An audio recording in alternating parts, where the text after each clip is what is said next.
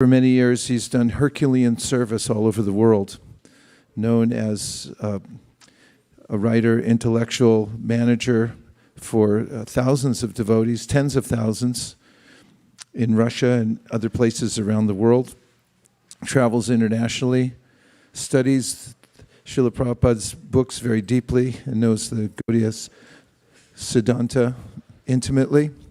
So luckily, he's come here, and perhaps we'll be able to keep him in the orbit here if we're very enthusiastic. So please give a warm ISKCON of Silicon Valley welcome to His Holiness Bhakti-Vijnana Swami.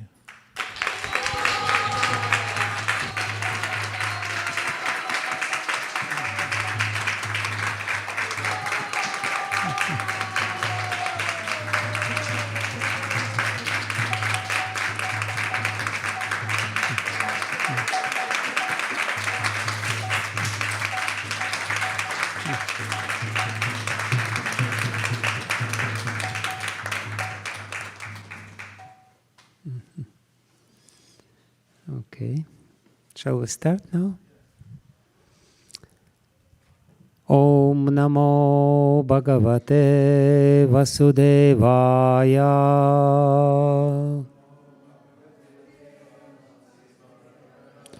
Om Namo Bhagavate Vasudevaya.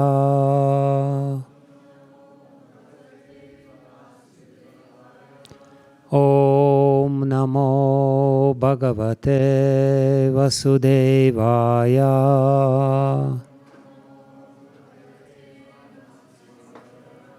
Narayanam Namaskritya Naram Chaiva Narottamam Devim Saraswatim Vyasam Tato Jaya Mudirayet.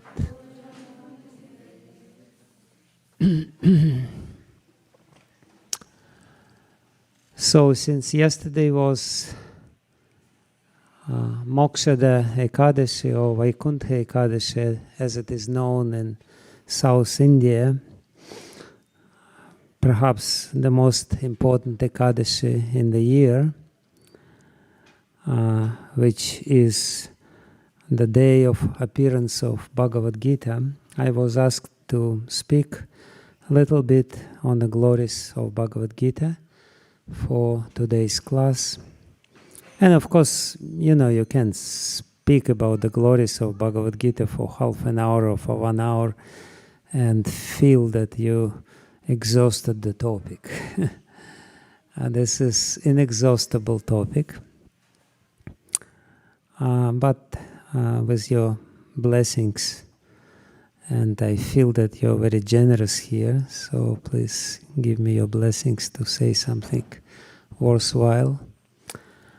I'll try to touch a little bit about the essence of Bhagavad-gita, about the meaning of Bhagavad-gita, what we have to actually derive by studying, reading, distributing Bhagavad-gita. What is the result? How do we know whether our studying of Bhagavad-gita is successful or not? Because so many people study Bhagavad-gita, read Bhagavad-gita daily. I know one person, he lives in Govardhan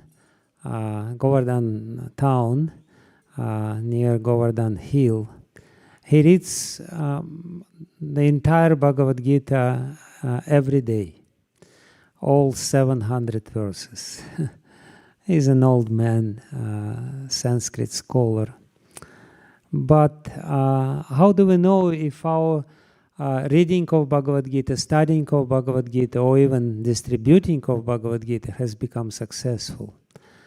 Whether we imbibe the spirit of Bhagavad-gita and manifest this spirit externally and internally or not. So that will be the topic of my class, and to start, I will start with an unusual Mangala Charana. The Mangala Charana for Bhagavad-gita is the verse spoken by Dhritarashtra. That's the first verse of Bhagavad-gita, the only verse which is spoken by Dhritarashtra. And as some acharyas explain, this particular verse serves in a very paradoxical way as Mangalacharana for the whole book, or the auspicious invocation which prepares us to understand what is the essence of this very important book of Vedic knowledge. So please repeat, you probably all know this verse. Dhritarashtra uvacha dharmakshetre kurukshetre samavetayutsavaha mamakah pandavaschaiva kimakurvata sanjaya. Dhritarashtra uvacha dharmakshetre kurukshetre samavetayutsavaha mamakah pandavaschaiva kimakurvata sanjaya. So translation and purport by His Divine Grace A.C. Bhaktivedanta Swami Srila Prabhupada Ki. Dhritarashtra said, O Sanjaya, after my sons and the sons of Pandu assembled in the place of pilgrimage at Kurukshetra, desiring to fight, what did they do? Purport. Bhagavad-gita is a widely read theistic science summarized in the Gita Mahatmya, glorification of the Gita. There it says that one should read Bhagavad-gita very scrutinizingly with the help of a person who is a devotee of Sri Krishna and try to understand it without personally motivated interpretations. The example of clear understanding is there in the Bhagavad-gita itself, in the way the teaching is understood by Arjuna, who heard the Bhagavad-gita directly from the Lord. If someone is fortunate enough to understand the Bhagavad-gita in that line of disciplic succession without motivated interpretation, then he surpasses all studies of Vedic wisdom and all scriptures of the world. One will find in the Bhagavad-gita all that is contained in other scriptures, but the reader will also find things which are not to be found elsewhere. That is the specific standard of the Gita. It is the perfect theistic science because it is directly spoken by the Supreme Personality of Godhead, Sri Krishna, Lord Sri Krishna. The topics discussed by Dhritarashtra and Sanjaya, as described in the Mahabharata, form the basic principle of this great philosophy. It is understood that this philosophy evolved on the battlefield of Kurukshetra, which is a sacred place of pilgrimage from the immemorial time of the Vedic age. It was spoken by the Lord when He was present personally on this planet for the guidance of mankind.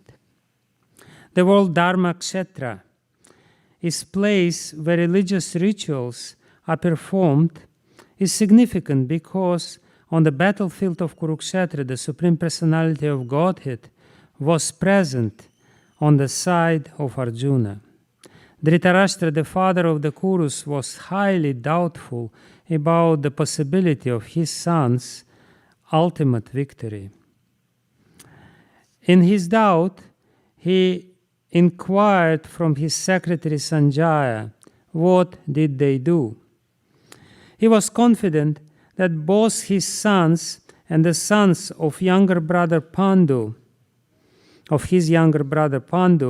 were assembled in that field of Kurukshetra for a determined engagement of the war, still his inquiry is significant.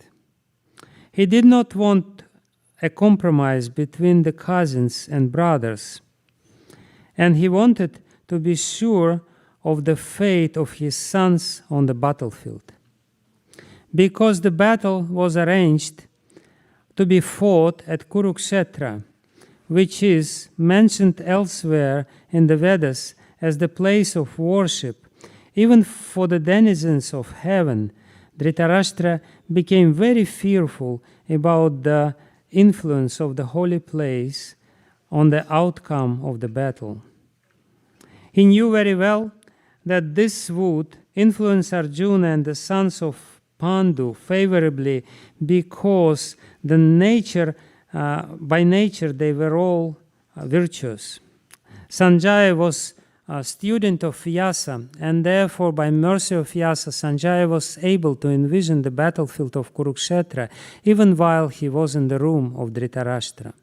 And so Dhritarashtra asked him about the situation on the battlefield. Both the Pandavas and the sons of Dhritarashtra belong to the same family, but Dhritarashtra's mind is disclosed herein. He deliberately claimed only his sons as Kurus, and he separated the sons of Pandu from the family heritage. One can thus understand the specific position of Dhritarashtra in his relationship with his nephews and sons of Pandu. As in the paddy field, the unnecessary plants are taken out, so it is expected from the very beginning of these topics that in the religious field of Kurukshetra, where the father of religion, Sri Krishna, was present, the unwanted plants like Dhritarashtra's son, Duryodhana, and others would be wiped out, and the thoroughly religious persons headed by Yudhishthira would be established by the Lord. This is the significance of the words Dharmakshetre and Kurukshetre, apart from their historical and Vedic importance. Srila Prabhupada ki jai. Dhritarashtra uvacha Dharmakshetre Kurukshetre samaveta yuyutsavaha mamakah pandavaschaiva kima kurvata Sanjaya.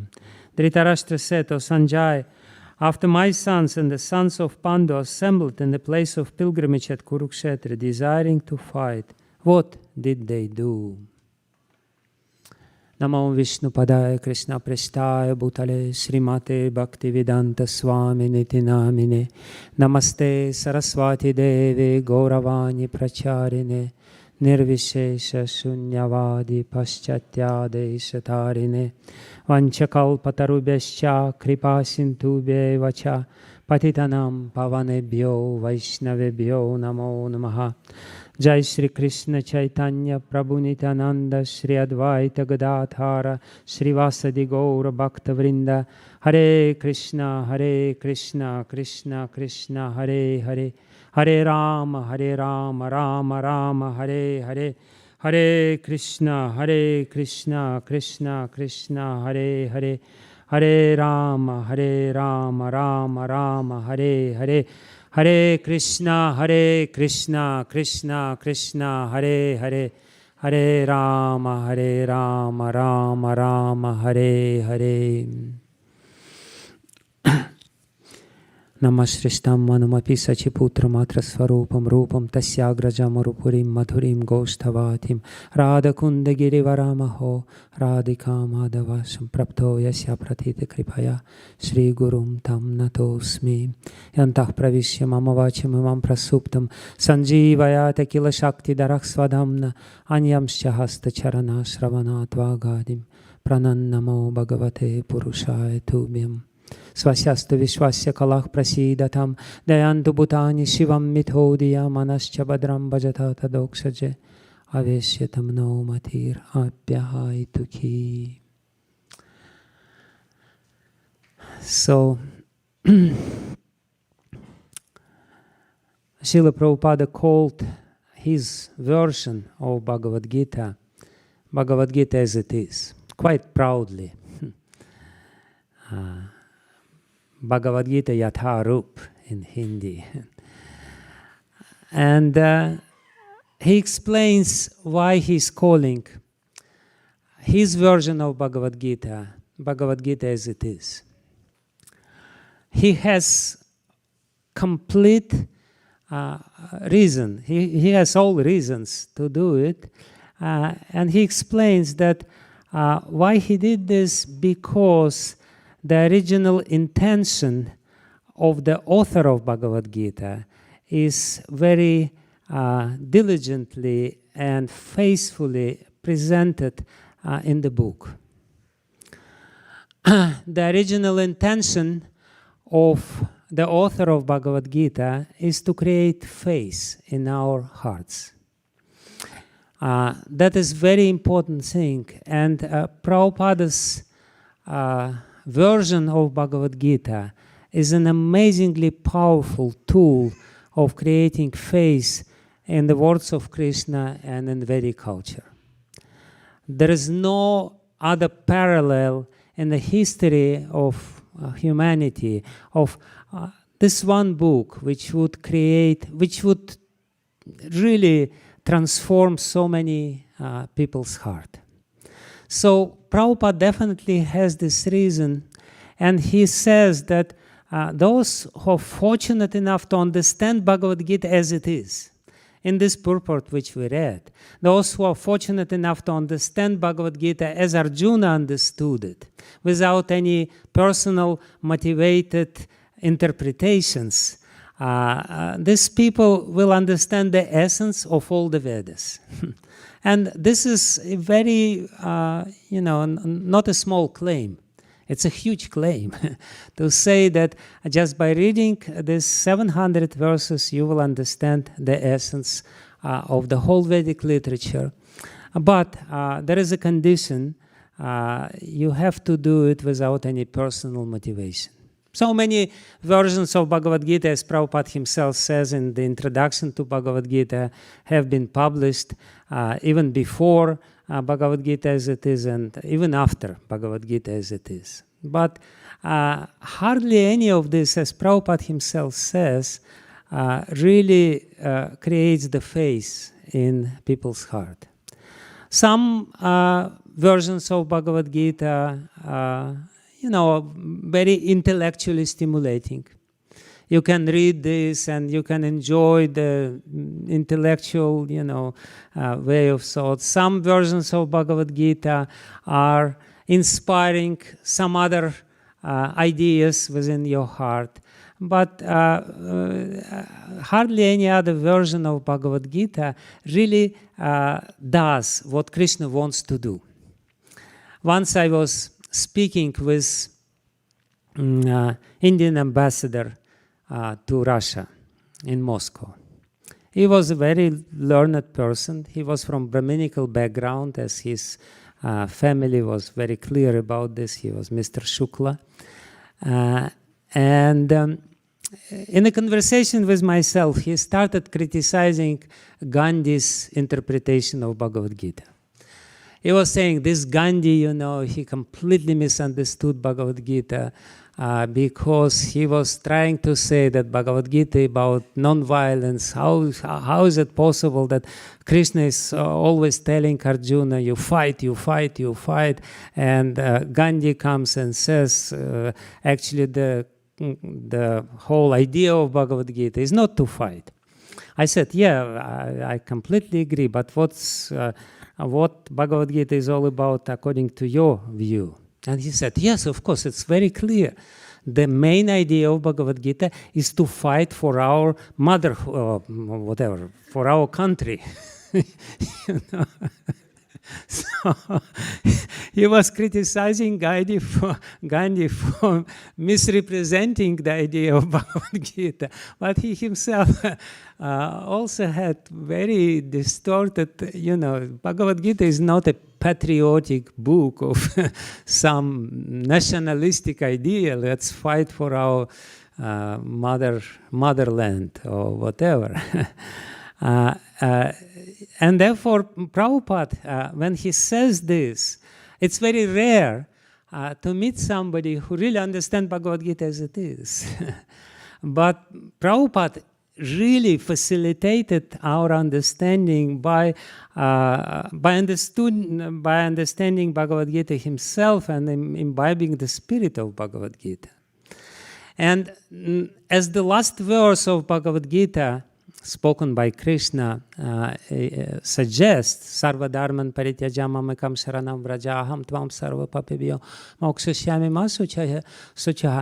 And actually, when he said this, that the purpose of Bhagavad-gita is to instigate you to fight for the cause of your nation, I said, how is that possible if the very last verse of Bhagavad-gita, Krishna says, Sarva dharman parityajam mamekam sharanam vraja. You just give up all the dharmas, including your, motherland dharma and all other ideas like this, and just surrender unto me.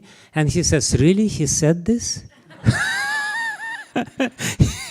He couldn't believe it. He said, I will read it again.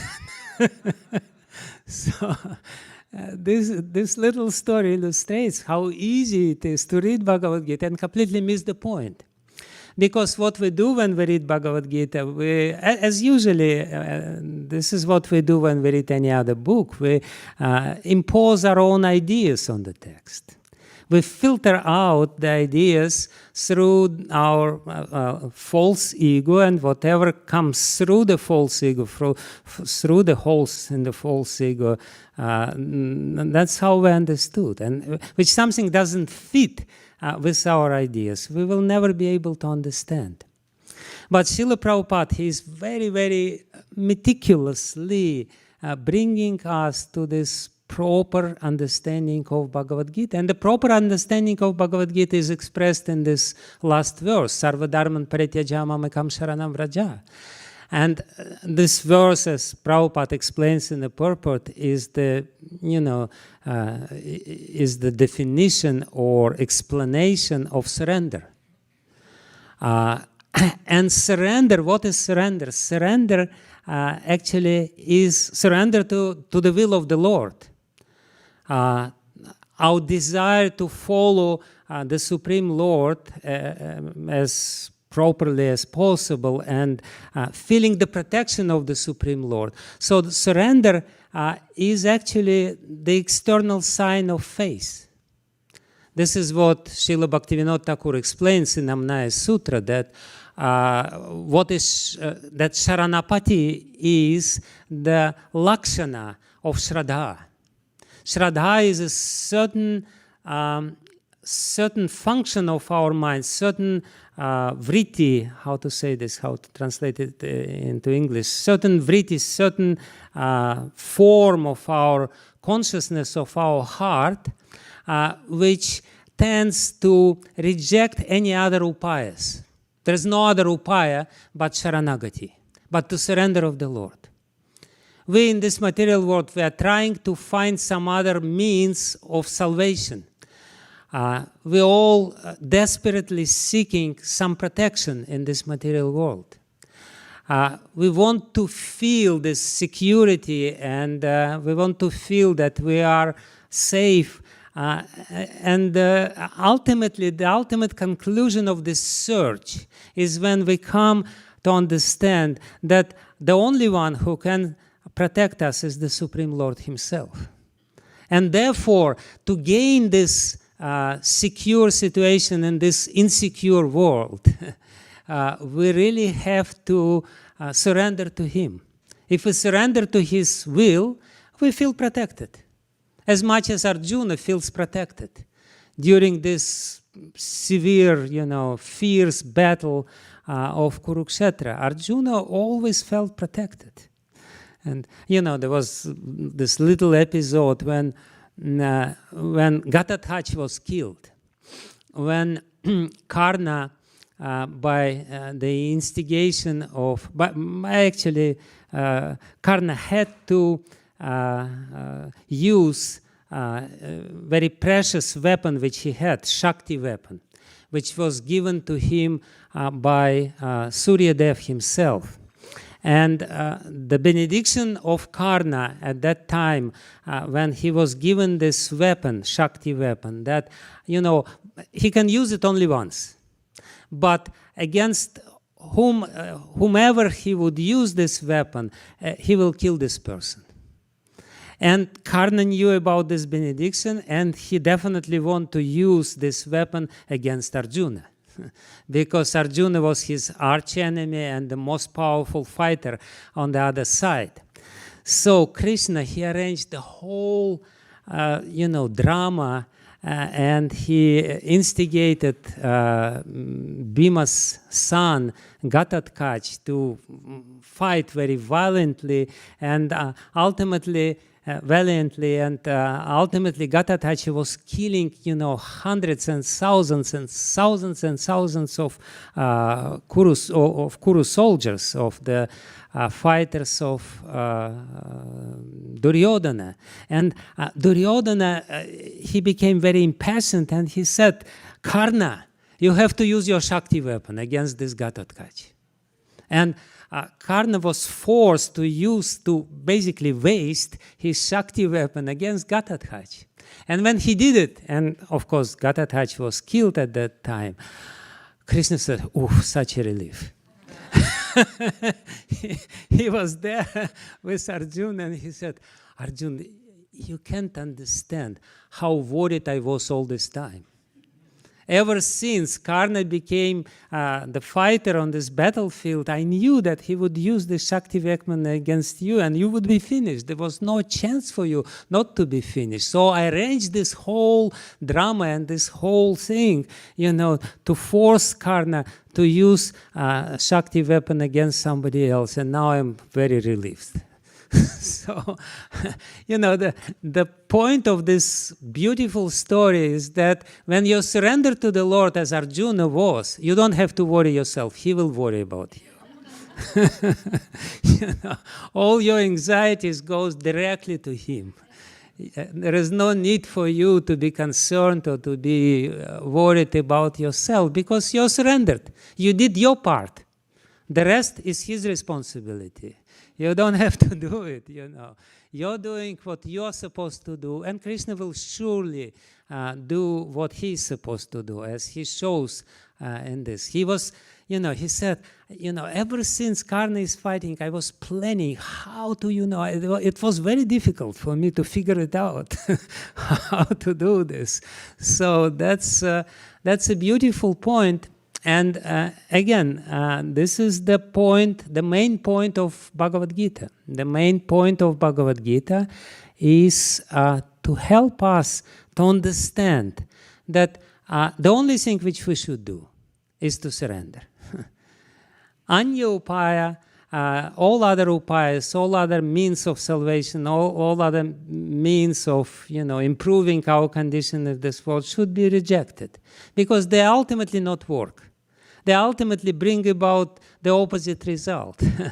But this is the only real means of gaining the secure situation in this material world. And therefore, Krishna finishes Bhagavad-gita with this verse, Sarva dharman parityaja mamakam sharanam vraja. And again, that's why Srila Prabhupada calls Bhagavad-gita as it is, because Bhagavad-gita creates faith. And faith means surrender. If you say, I believe in Krishna, sometimes it's very common, you go to some Christian and say, I'm already saved because I believe in Christ. And you ask them, what does it mean that you believe in Christ? They said, nothing, I just believe in him. It means that I believe in him. They think that belief, faith, is some mental disposition. But faith is not a mental disposition. It has to manifest externally. And the external sign of faith, how you can say that I have faith or not, is the extent of your surrender to the Lord. And surrender means to do whatever is pleasing to the Lord and not to do anything which is displeasing to the Lord. This is the first condition of surrender.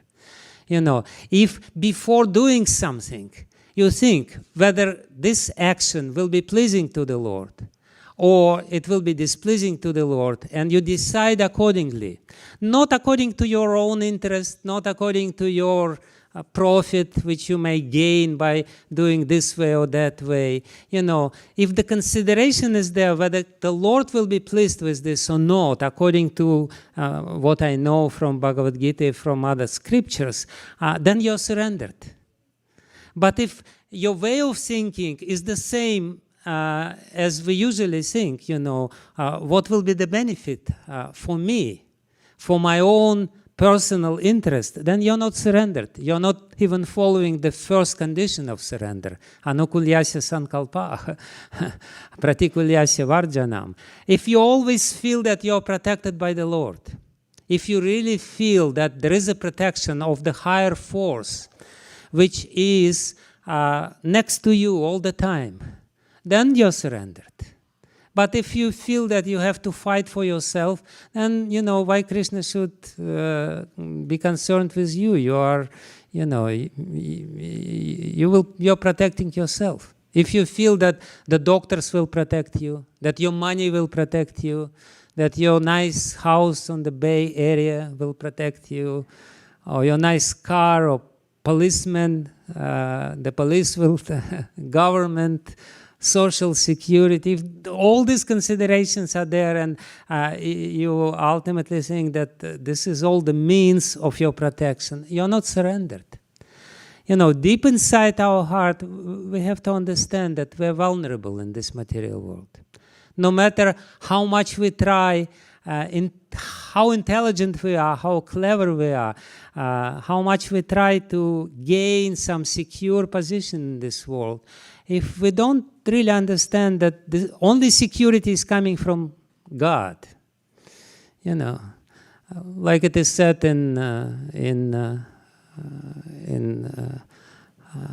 American currency, in God we trust, you know, but you know, but money is very important. In God we trust, but the more money we have, the better it is. So this is not really the trust in God. When you trust in God, you're not really interested in obtaining or accumulating some other means which will create some sort of false security in your life. So that's the whole idea of Bhagavad-gita, and therefore Prabhupada has 100% rights to call his Bhagavad-gita Bhagavad-gita as it is. His purpose is to create faith and to invoke the spirit of surrender, which is the original purpose of Krishna himself. Because the whole Bhagavad-gita, if we analyze very meticulously what Bhagavad-gita is, Bhagavad-gita starts with surrender. When Arjuna says, Karpanya dosha pahata svabhava, prichhami tvam dharma samuda chetah, yachreyasyah nishchitam bruhitan vishishyasteham sadhimam tvam prapannam. I am prapanna, I am surrendered soul. You please teach me and tell me what I should do, because I'm confused. I don't know what to do. I don't know what is Dharma, what I am supposed to do in this horrible battle. You please tell me, and I will do. Please tell me very definitely what I should do. So this is the beginning of Bhagavad-gita. Because immediately after that, Krishna starts Bhagavad-gita. Before, he was not going to start Bhagavad-gita. He was very reserved. He chastised Arjuna. He said, you know, you're just weakling and you're just eunuch, you know, you don't understand anything. You're just talking highly sounding words, but actually you're a fool. You know, that's exactly what Krishna says. But he was not going to teach him Bhagavad-gita, but when he feels like Srila Prabhupada explains in this purport that the example of how to understand Bhagavad-gita is presented in Bhagavad-gita itself. the figure of Arjuna, his way of doing this is surrendering. So surrendering is the beginning of Bhagavad Gita, and surrendering is the end of Bhagavad Gita. Sarva dharman prityaja mamakam sharanam vraja. And in between, Krishna always says this, Daivihe gunamai mama maya durateya mamaya prapadyante. Whoever this illusory energy is very difficult to overcome, because it's Daivi, it's divine. It's my energy. It's divine energy. So how you can overcome something which is divine, which is totally beyond your capacity of dealing with even. But whoever mamaya prapadyante Mayamatam tarantite, he will taranti, he will cross over this material energy. Very easily he will cross over this material energy. So this whole Bhagavad Gita, beginning, middle, and end, is about this. Is to invoke in us trust in God, that He is there. He is not some mythological figure. He is not some, hero of the past. He is present right here. He is, in fact, right in front of us. He is Radha Madan Mohan. He is standing here, and he is in a very relaxed posture, playing flute. And actually, Bhaktisiddhanta Saraswati Thakur Prabhupada, he used to say that this last verse of Bhagavad Gita, Sarva Dharman Prityaja, is the call of Krishna's flute. When Krishna, under the Vamshivat, under the banyan tree in Vrindavan, is calling gopis to come to him, and these gopis, they are giving up all their duties. In real sense, they're really giving up all their duties and running towards Krishna. Krishna is actually playing in his flute. He's saying, Sarva dharman parityaja mamekam sharanam vraja. And because they understand the sound of Krishna's flute, they did what he said. And that's exactly what he wants us to do.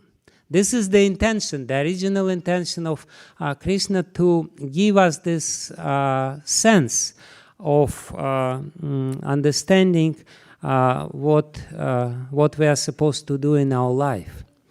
And this is very beautifully shown throughout the whole Bhagavad Gita. But perhaps, there are so many important verses and important chapters of Bhagavad Gita. But one of the most important chapters to understand Bhagavad Gita is the first chapter of Bhagavad Gita. Because if we don't understand the first chapter of Bhagavad Gita, we will miss the whole point. And usually people, they just, they kind of browse through the first chapter. And even some great acharyas, they didn't even comment on the first chapter of Bhagavad Gita. Because in the first chapter of Bhagavad Gita, Krishna doesn't say a word. Krishna starts speaking from the second chapter, from the second verse of the second chapter of Bhagavad Gita. And then the real Bhagavad Gita starts from the 11th verse of the second chapter of Bhagavad Gita. But why the first chapter of Bhagavad Gita is so important? Because in the first chapter of Bhagavad Gita, in a very roundabout way, but at the same time in a very beautiful way, our problem is being explained. And unless we understand clearly the problem, we will never be able to understand the solution which is given by Krishna. In real sense, we can understand the solution, we can appreciate the solution and understand how to apply the solution in our life if we understand the problem, and if we understand that this problem which Arjuna experiences and graphically exposes or graphically shows in the first chapter of Bhagavad Gita, or Krishna shows actually, demonstrates this problem, is our problem. In the second chapter of Bhagavad Gita, Krishna says to Arjuna, he points out in a very painful way. He basically points out in the heart of his problem. He says, Hrid Daurbalyam. He says, the weakness of the heart. How, Arjuna, you're so powerful. You're boasting all the time that you're so powerful. I'm the most powerful. I will kill all these soldiers which are there within just a few days. And Krishna arranges this whole drama in the first chapter of Bhagavad-gita just to show to us, to demonstrate to us that no matter how much we are trying to project ourselves, and the tendency in this material world is that to project ourselves as somebody who is very strong. It's not only Arjuna who is boasting himself that I can solve all these problems. Every one of us is of the same mentality. I'm so intelligent. I'm so rich. I have so many different virtues, and anyway, somehow or other, I will make a solution to all my problems. And Krishna brings Arjuna to the battlefield of Kurukshetra, and he really exposes him. He really brings out of him all his weaknesses, which are there within our heart. We're weak people. We may pretend, we may pose ourselves, project ourselves as somebody who is strong, but in reality we are weak. And this first chapter of Bhagavad-gita explains what is the cause of our weakness. Unless and until we understand what is the real cause of our weakness, of our problems in this material life, we will never be able to appreciate the solution which Krishna gives. In reality, we can only understand if we honestly admit that, yes, I'm also weak. And why we're weak? The first verse of Bhagavad-gita shows this weakness. Mama kah pandavaschaiva kima kurvata sanjaya. Srila Prabhupada points out in the purport, what is the cause of our weakness? Material attachments. Material attachments makes us blind. As Prabhupada will say further in Bhagavad-gita, that Dhritarashtra was blind, but not only physically blind. He was spiritually blind.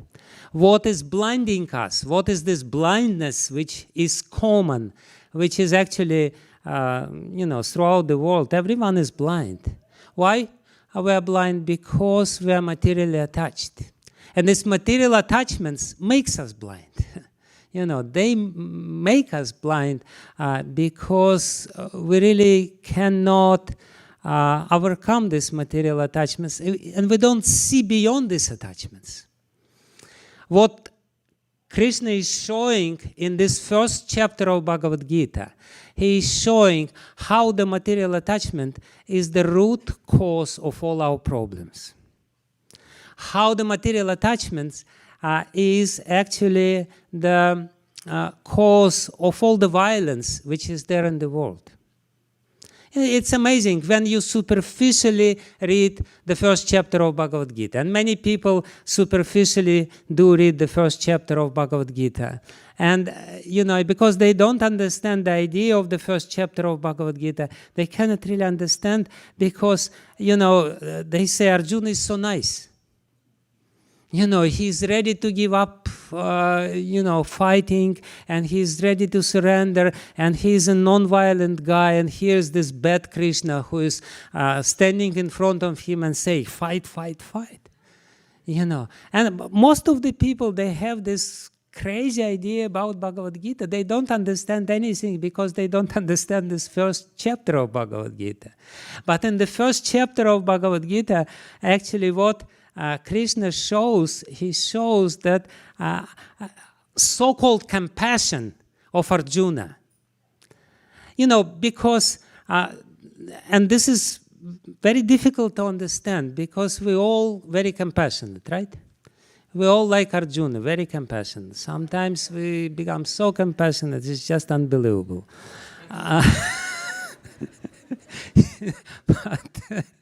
But in reality, Krishna says it's not compassion. Because the so-called compassion which you have is coming from your passion. You're not compassionate, you're passionate. You're attached. Krishna is very clearly showing by making Arjuna speak honestly what is there in his heart. Arjuna is very honestly and with very simple heart, because the very word Arjuna means simple-hearted. Arjuna means straightforward. From the root ridge, which means straight. Arjuna is straight, Arjuna is honest. And that's his glory. The glory, and this is again very important lesson of this first chapter of Bhagavad-gita, you can only overcome your problem if you are honest. And of course, honest doesn't mean you're completely honest, because in the first chapter of Bhagavad-gita, Arjuna is trying to justify his weakness of the heart by all these arguments which sound very convincing, you know. I'm very concerned, I am a good person of a society, what will happen with all these women and with all the progeny, and we all go to hell and this and that. And Krishna is just, you know, standing there and nodding his head. And he said, yeah, I have heard it so many times. You know, because whenever we have a weakness of the heart, weak moment, the instinct, the natural instinct, the natural idea is to try to justify our weakness by camouflaging it and trying to present it as some virtue. You know, that's exactly what Arjuna is doing.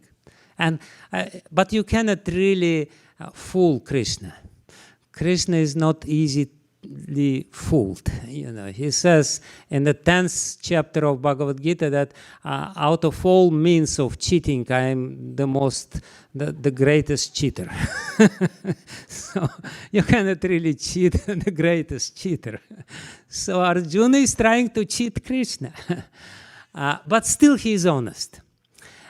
He is honest in the sense that he openly admits, you know, he just speaks out about his weaknesses. Yes, he's trying to cover them up by different means, but still, nevertheless, he's doing it in an open way.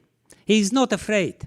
You know, this greatest warrior who was praised by everyone at that time, he's just, you know, he openly says he's not trying to hide his fear. He manifests his fear openly, and that's his glory. If we understand that we are fearful inside, then we can only find a solution for this fear.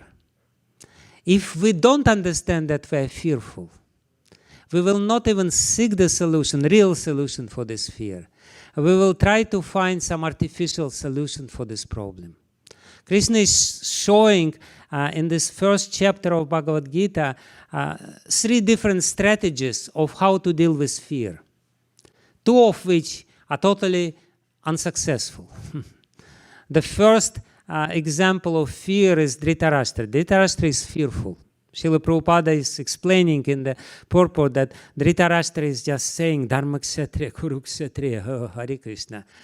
You know, what is going to happen in this Dharma Kshatriya, in this pious holy place? How this pious holy place will influence my sons and the sons of Pandu. Naturally, by the presence in this holy place, they will feel very strong, and my sons will be very weak, because that's the nature of the holy place. You know, then holy place strengthening gives the additional strength to virtuous people and makes impious, sinful people very insecure. So he expresses his fear, but his way of dealing with the fear is he's not really dealing with the fear. He's paralyzed. And that's a very common reaction. our reaction during fearful situations. Sometimes we become stunned. We don't know what to do, and we like an ostrich, try to put our head in the sand. Did somebody behave this way sometimes in his life? Yeah. Let us not do anything, maybe this cruel fate will not notice me if I become completely like immovable living entity, So Dhritarashtra is paralyzed. He's not doing anything. He's just worried. Sometimes what we do when we are in a critical situation, when some crisis comes upon us, we just become worried and worried and worried and not doing anything. That's a natural response in tamagun. Those people who are tamasic, the influence of tamas makes us paralyzed when we are dealing with difficult situation. And then the next, Sanjay is showing how Dhritarashtra is dealing with, how Duryodhana is dealing with this situation. And Duryodhana is a typical representative of Rajagun.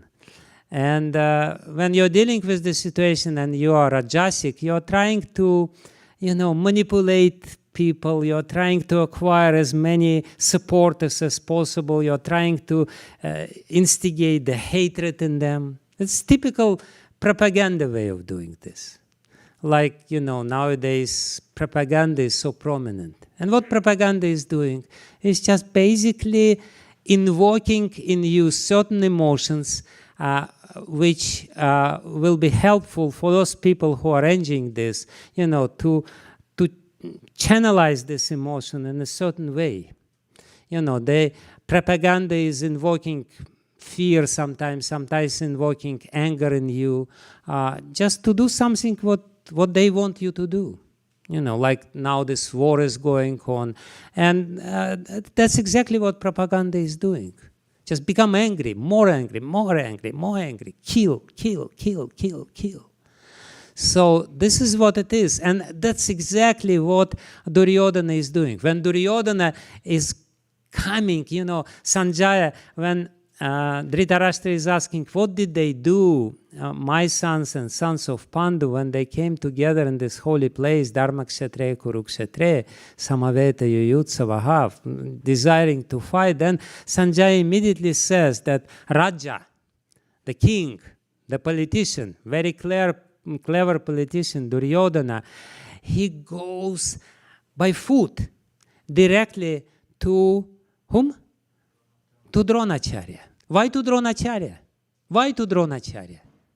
He is not the commander-in-chief. If he wants to, to speak with the commander-in-chief, he should go to Bhishma. No, he goes to Dronacharya. Why? Because he wants to flatter him. Why? Because he knows that Dronacharya has a soft corner in his heart for Arjuna, and Arjuna is his favorite disciple, and he really wants to instigate Dronacharya. He says, Bhishma will fight, no problem. Let's motivate Dronacharya to do it. And he's doing it by going by foot. When the great king or, ruler of the country is going by foot to somebody, let's say, Joe Biden is coming to you, to your house and knocks on your door. Will you be flattered? I need your advice, So that's exactly what Duryodhana is doing. He's flattering Dronacharya. He's flattering.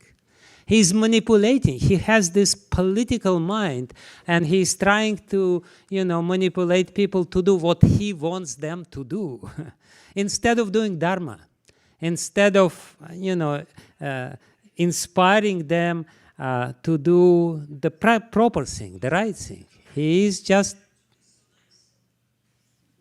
Hare Krishna. There's some illusion is going on.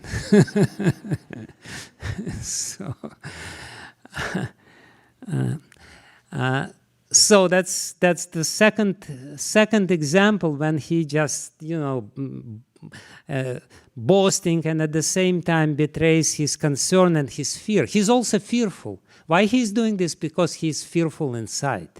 He's totally, completely fearful, and he's not at all sure about the outcome. And why he's fearful? Because he knows that he's wrong.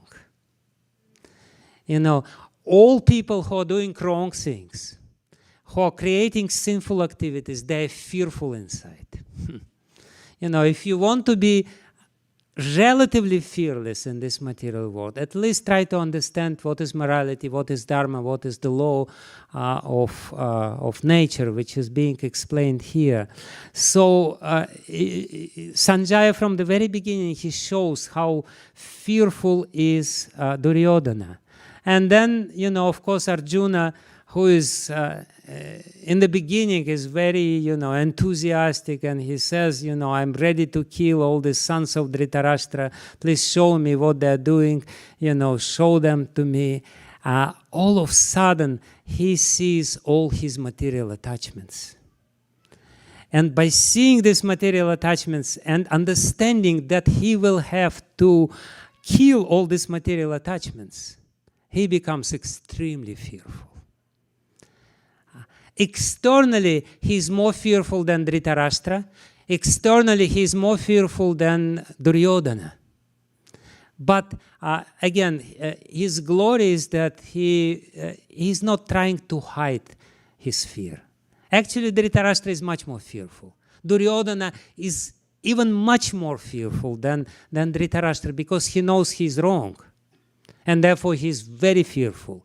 And of course, Dhritarashtra is very fearful because he knows that he's wrong, and that his sons are wrong, and that he's actually doing something illegal. So they both, the three of these people, they have fear. And the reason of this fear is one, material attachments. Dhritarashtra manifests these material attachments, mamakah pandavas chaiva. They are mine, and this is Pandavas. They're opposite. You know, Duryodhana is definitely showing his material attachments by all this means of manipulation, by always calculating who is attached to whom. You know, this Dronacharya, he's attached to Arjuna, so we have to make some, you know, quarrel between them, and, you know, this, and by the way, I have also to instigate Dronacharya to fight, because he's foolish enough to teach Drishtadyumna about the means of his being, how he could be killed, and so many other things. He's fearful because of the attachments. And Arjuna is openly fearful because of the same reason, because of the attachments. Whenever we are materially attached, we will be fearful. And surrender to the Lord means to solve this root cause of all our problems, which is the material attachment. The only way, the only means to really conquer over material attachments. And by the means of conquering over material attachments, we are conquering over our false ego and ignorance. Because the material attachments is a result of ignorance. Avidya, asmita, raga and dvesha. Raga and dvesha is the direct, you know, twin sisters or whatever, maybe sister and brother, I don't know how exactly, but, you know, raga is definitely feminine, but dvesha is probably masculine. So anyway, the false ego gives birth to these nice twins, raga and dvesha, you know. And this is exactly what is being demonstrated in the first chapter. This is the root cause of all problems. And it manifests differently, but, you know, somewhat honest people who are more under the influence of sattva guna. And Arjuna is the representative of sattvic person, because the very vivid and direct sign of sattva guna is that you're honest. Saralata. And it's not even the characteristic of Kshatriya. The Kshatriyas above, the Kshatriya nature, they are not really open. But Arjuna is showing this because he wants to teach us how we can really solve this problem. We have to be very open that we have problem. We have to admit very honestly, I have problem. It's not that she has problem or he has problem or they all have problem. And they are, because they have problem, they're attacking me. No. They can only attack me, and I can only, be very sensitive to their attacks if I have my problems inside. The problems are there. There is a saying, if you point out somebody's problem by your nice finger, the 3 fingers show the real cause of all the problems. By 1 finger you show somebody else, but 3 fingers tell the truth. The cause of the problem is inside. And that's fear, and the fear is caused by the attachments. And anger is also caused by the attachment. Anger and fear, anger and attachment, it's the same thing. If you have attachment, you will have anger. Because anger is the weapon against somebody who is trying to deprive you of something which you are attached for. If you are attached to something, then you will use, and somebody is bold enough or dares somehow or other to encroach upon your attachments, then you say, I will show you. And actually, the point here, very beautiful point, which we really have to clearly understand, that unless we have attachments, we have false ego. And when we have false ego, it means that we're ignorant. The avidya is there. The real cause of all our sufferings in this material world is ultimately avidya, ignorance. Not understanding of our real nature, not understanding of our spiritual nature, of our connection with the Supreme Lord and our real function in this connection of the Supreme Lord. And when we have this avidya and we have false ego, then we will become violent at one point. Because if we have attachments, if we have avidya, then we will divide people. This is the friends and this is the enemies. This mentality, you cannot really get rid of this mentality unless you get rid of the ignorance. And if you have friends and enemies, you will do what? You will try to favor your friends and you will try to kill your enemies. You may be killing them physically, or you may be killing their reputation by blaspheming them in social media or whatever, but this violence, the root cause of violence, is ignorance. And Arjuna is demonstrating this ignorance. And Krishna, and at the same time he says, no, I'm very non-violent. And that's exactly what we all do. We have problem and we camouflage this problem. We try to cover it up by different means and trying to present this problem as some virtue. That's the problem. And Krishna knows. He says, because when you're attached to something, the next moment you will be hating this. There is, I don't know if there is this saying in English, but in Russian there is a saying, from love to hatred, there is only one step distance. There is only one step between the two. The attachment, what we call love in this material world is nothing but attachment. It's not love. Let's become honest. And today you love somebody, tomorrow you will hate the same person. And the more you love him today, the more you will hate him tomorrow. This is how it works. This is what it is, because this is the twins. This is two sides of the same coin. Raga and Dvesha, Ichha and Dvesha. attachment and hatred which you have in the heart. And unless you have this attachment, you will have hatred in your heart, and until the time you eradicate ignorance, you will have attachment and hatred, and it means that you will apply violence. So what this first chapter of Bhagavad-gita is showing is that Arjuna is really violent, although he is trying to present himself as non-violent.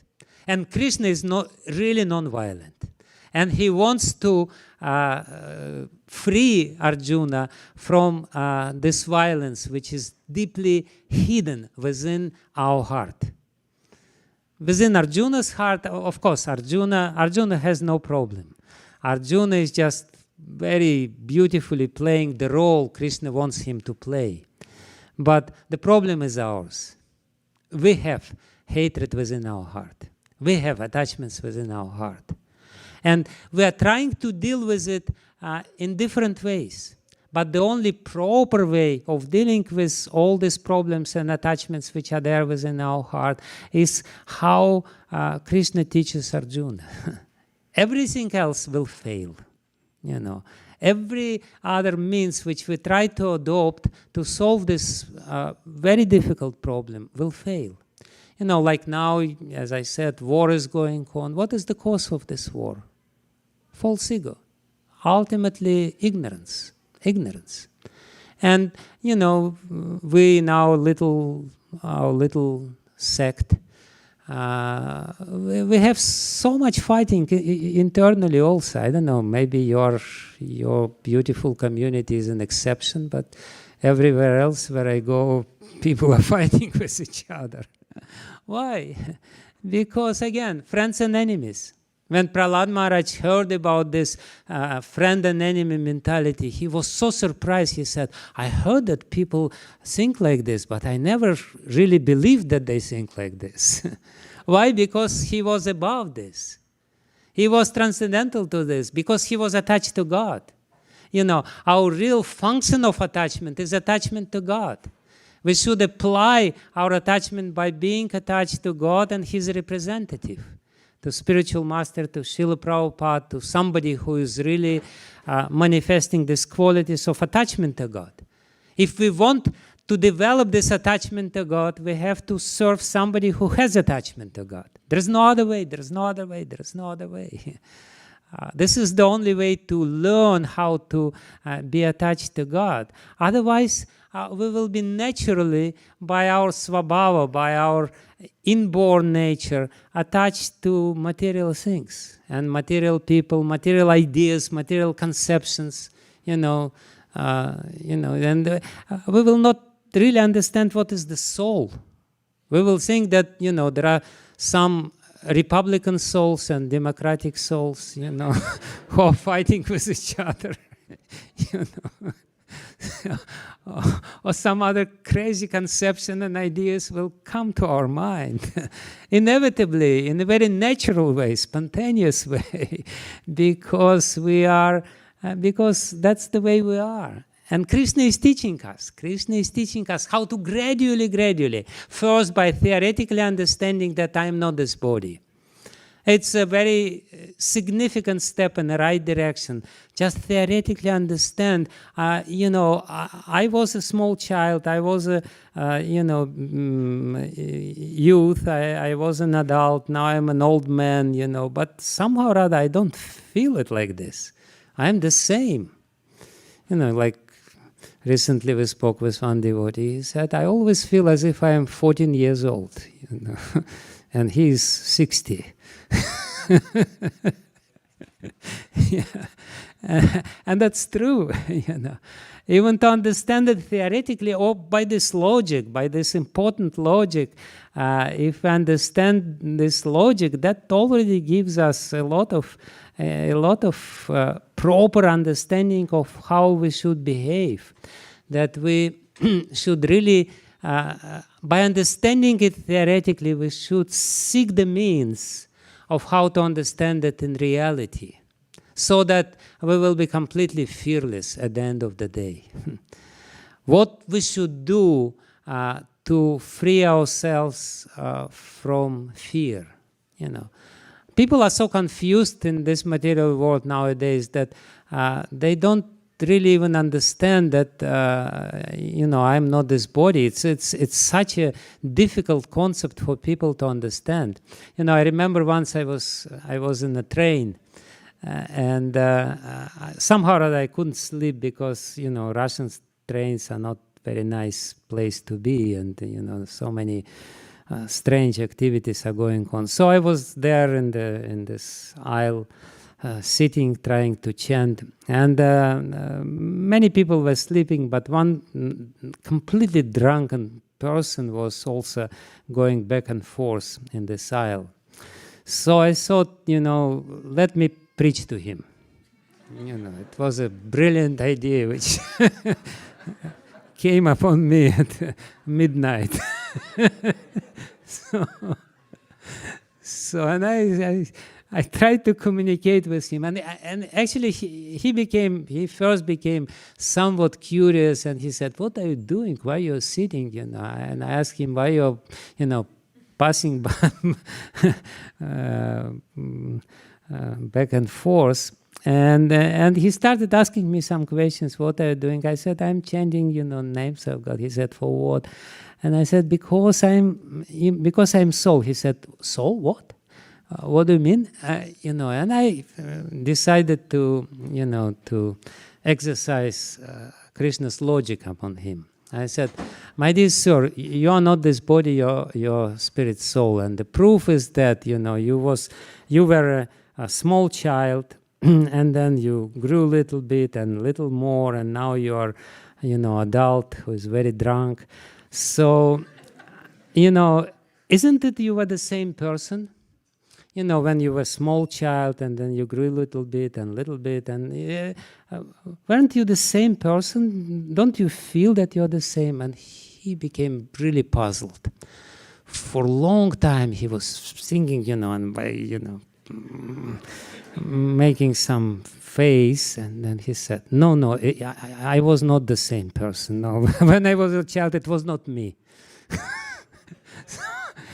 He couldn't relate to this, even to this idea at all.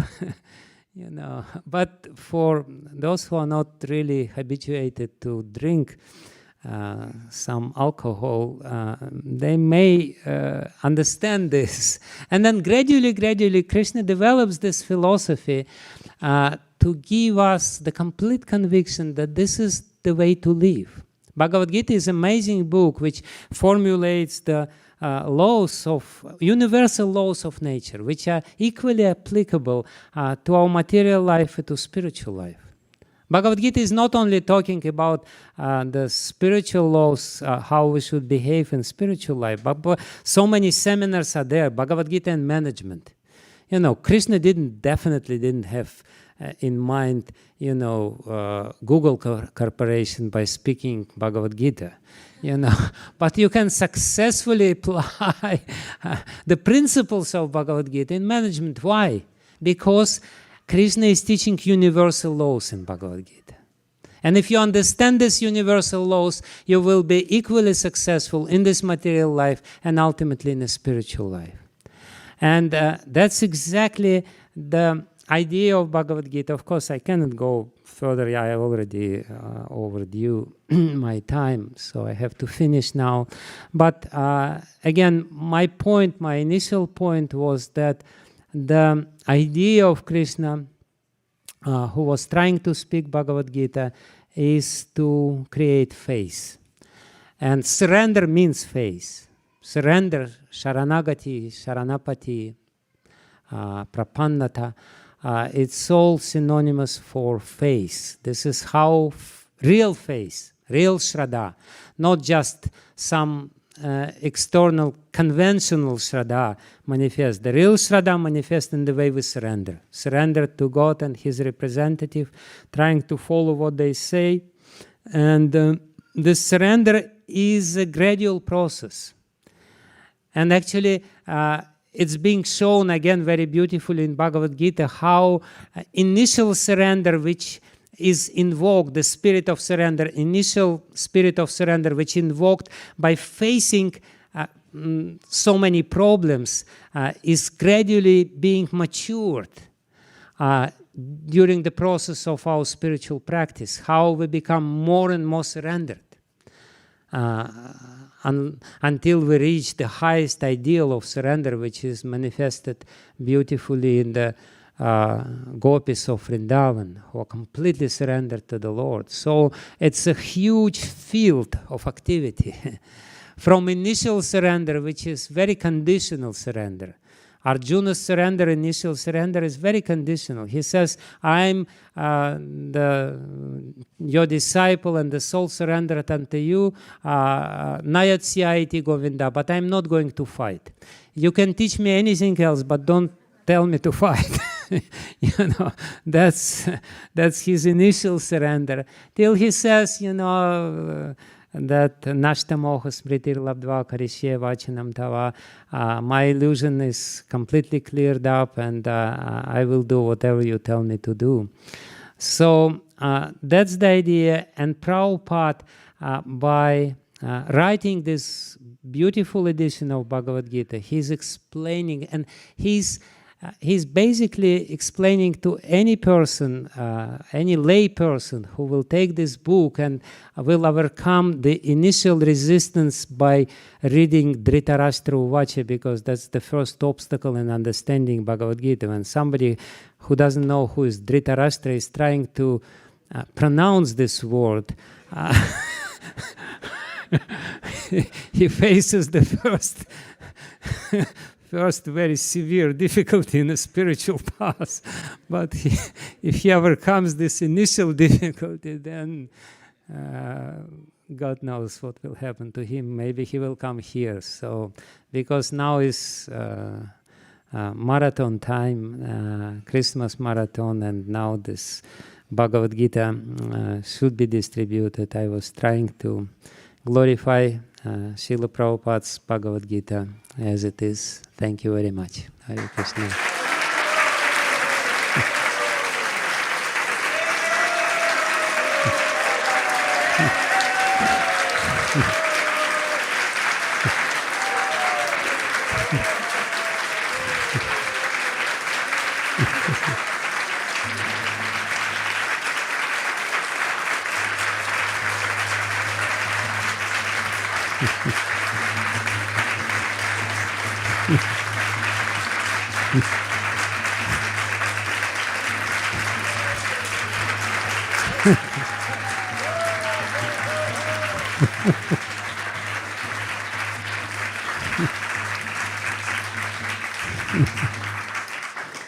Thank you.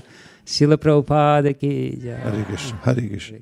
I'm not sure we want to stop this most successful and perhaps the largest in history therapy session here in Silicon Valley. Because even I'm considering surrendering after hearing that. We're deeply grateful, Maharaj, for you bringing us so clearly the purpose of the Bhagavad-gita in about an hour and 15 minutes. It was amazing. I have a brief question, and that is, you had mentioned how Krishna makes arrangements even when we have daunting tasks before us or problems, and then he already has it figured out. As we surrender, then he makes the arrangement. He has to worry about it. Can you say a few words about us, since you brought it up, the marathon? And just now we're in the throes of trying to reach our goals, which typically seem out of reach. Yet we also have faith because we've seen it over and over again, and we never know how it happens, but we do. We have always reached them. This time seems different, though, as all the other times do too. But could you say just a few words to encourage the devotees here who are putting their heart and soul into reaching a goal? Our goal right now is to distribute at least 66,000 Bhagavad-gitas in the next couple of weeks. And perhaps you could just say something. What is it like for a person who's unacquainted with the Bhagavad-gita, walking down the street somewhere and receiving one? What goes through that person's mind, and what should we be thinking to cooperate with Krishna and reach the goal? Well, I'm not a big book distributor. I have to admit it. But Krishna says, Srila Prabhupada explains in Bhagavad-gita that the only function of the soul is to desire. The rest is being done by somebody else. So the only thing which we can do is to cultivate desire. And if this desire is pure, then Krishna will reciprocate with this desire. You know, we have so many material desires within our heart, but if for a change we have some spiritual desire, then Krishna will be totally, completely ecstatic by smelling this spiritual desire within our heart. You know, Srila Prabhupada explains that the desire is something like the smell or fragrance of a flower which you can feel from a distance. So Krishna is not really in touch with us, but he feels the smell of our desires. And usually it's not a fragrance, it's a stink of our desires. But when we have this beautiful desire, I want to please you, I want to please Srila Prabhupada, I want to really manifest his compassion to the fallen conditioned souls. Because as I explained in my little talk, the real compassion is only possible when you're not identifying with this body. And Srila Prabhupada is writing his Bhagavad-gita from this platform. And Bhagavad-gita is the manifestation of his compassion, real compassion, not the false compassion which we sometimes manifest in our life. So if I understand this, that I have a beautiful chance to manifest Srila Prabhupada's compassion to these souls of this world, and have desire, the rest Krishna will arrange. You know, Krishna is there in everyone's heart, in the heart of a person whom we approach by offering him this Bhagavad-gita. And Krishna will, make arrangements. He will give us intelligence what to say and how to approach him and what not to say. And even if we say something completely stupid, it doesn't really matter, because Krishna will cover it up and, and will give this person the idea that there is something special. Actually, there was one very beautiful devotee in Moscow. His name was Radhika Raman. He unfortunately died very young. He was from the snake bite in Yamuna River. It's amazing arrangement. He was so pure-hearted. So he was a big book distributor in Moscow, and he was just, approaching people and just smiling at them and being very friendly, sincerely friendly from the heart. And people were so touched by his sincerity and friendliness. Then some 7 or even 8, 9 years later, people would still come to the temple and asking, where is he? I met this beautiful person on the street. And he touched my heart, and I still remember this person whom I met on the street. So it's not a question of tricks, like, or techniques. It's a question of having very sincere desire to please Srila Prabhupada and to help him to manifest his compassion. And that what we want, what we can cultivate. The desire we can cultivate by listening, hearing others, how they speak, their experiences. We can really, because desires are by nature contagious. When we hear somebody who has very strong desire to distribute Prabhupada's books, we become, infected by his desire to do it. So, and yes, it's absolutely impossible, but As Srila Prabhupada said, impossible is the word of the Fool's Dictionary. So, yes, it's impossible, but we will anyway do it, no problem.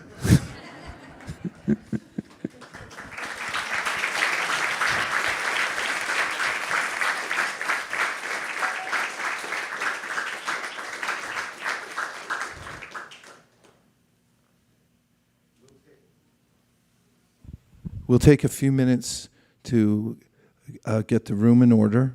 That in just about 30 seconds, we can put the asanas back and get ready for the Artik ceremony, which will take place at the top of the hour. We'd like to thank Maharaj again for taking the time to come to Silicon Valley and to come and visit the temple. We're deeply touched that you came here, we're benefited, and we look forward to having your association many, many more times in the future. Please make this one of your points on your orbit around the world. Everyone, dear Srila Prabhupada, dear Shri Chaitanya Mahaprabhu, hold on. Shri Shri Panchatattva, Shri Shri Radha Madan Mohan, Shri Shri Lakshmi Nrsingadev, if you so desire. Please allow us to have more of Bhakti Vijnana Swami's association here at ISV and all over the Bay Area. Thank you for considering our request. Everyone who agrees with this prayer in whole or in part, please say Hare Krishna. Hare Krishna. Vanchakalpadrusha kripasindabe vichapatitanam pavanibhyo vaishnavibhyo namo namaha nantakoti vaishnavini ki jai. Bhakti Vijnana Swami ki jai, Srila Prabhupada ki jai.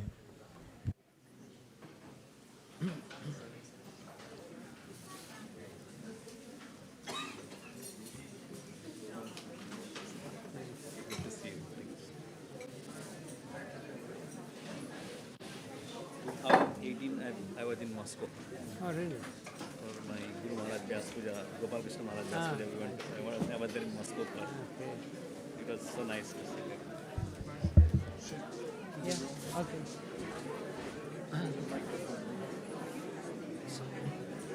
Водичку дашь мне там?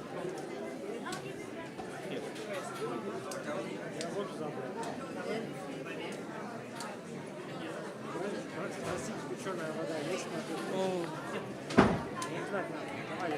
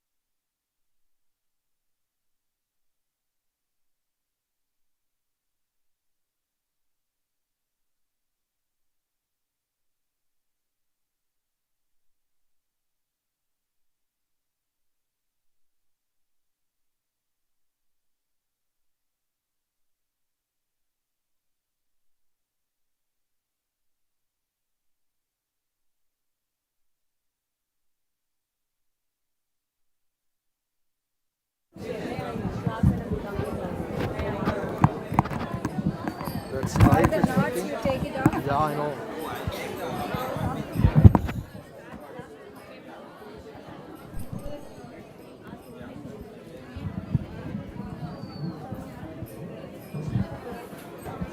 Mataji, can you hold this? Yeah.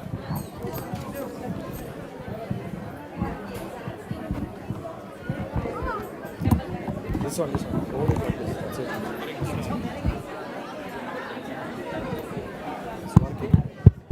Yes. Okay. It's working. Excuse me. Sorry.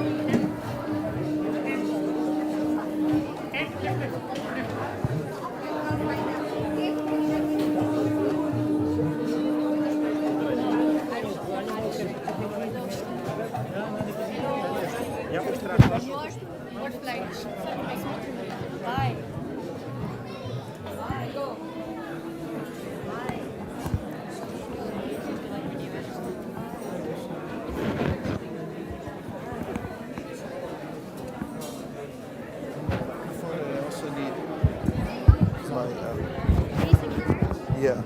I think it's in the room. Also, Hare Krishna.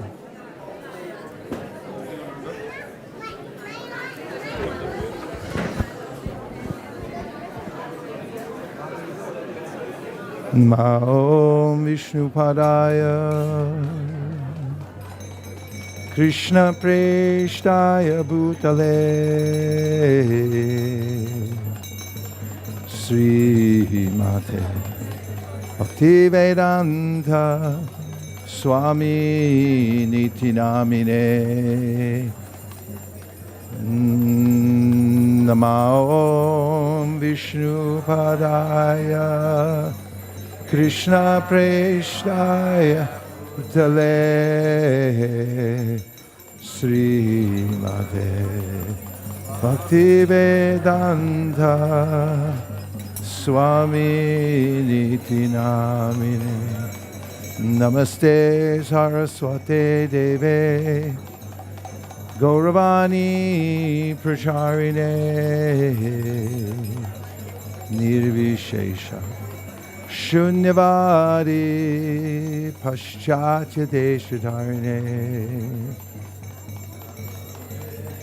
Haribol, Haribol. Thank you.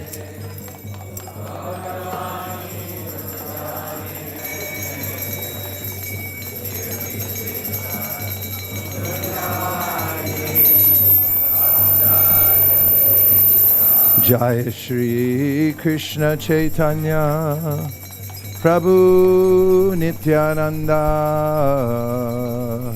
Sri Advaita Gadadhara Shivasari Gaura Bhakta Vrinda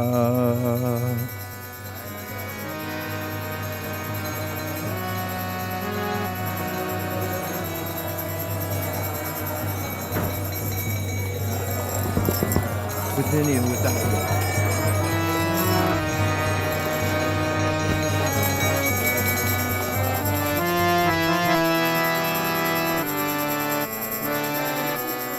Hare Krishna,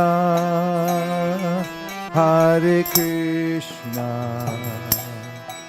Krishna Krishna, Hare Hare, Hare Rama, Hare Rama, Rama Rama, Hare Hare.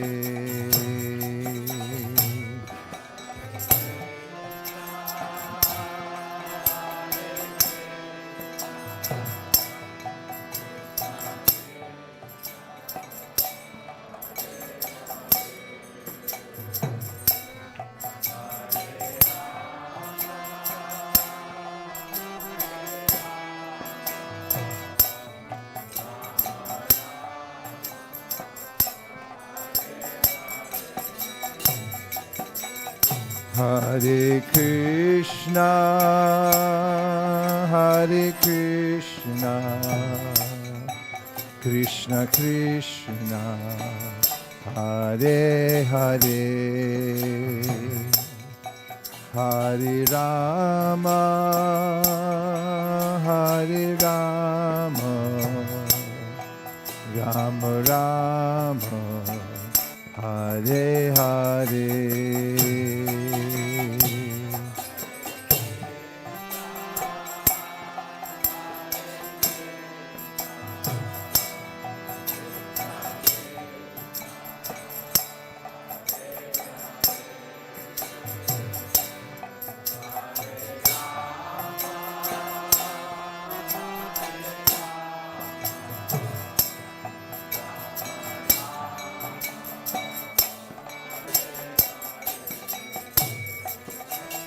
Hare Krishna,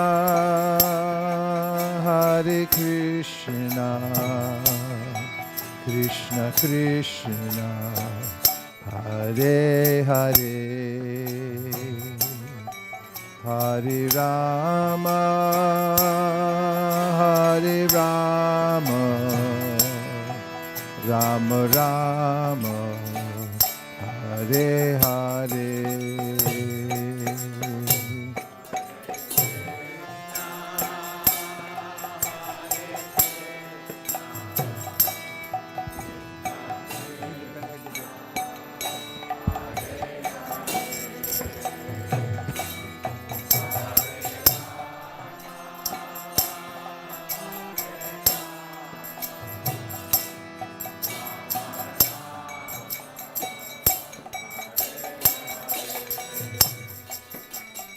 Hare Krishna, Hare Krishna, Krishna Krishna, Hare Hare,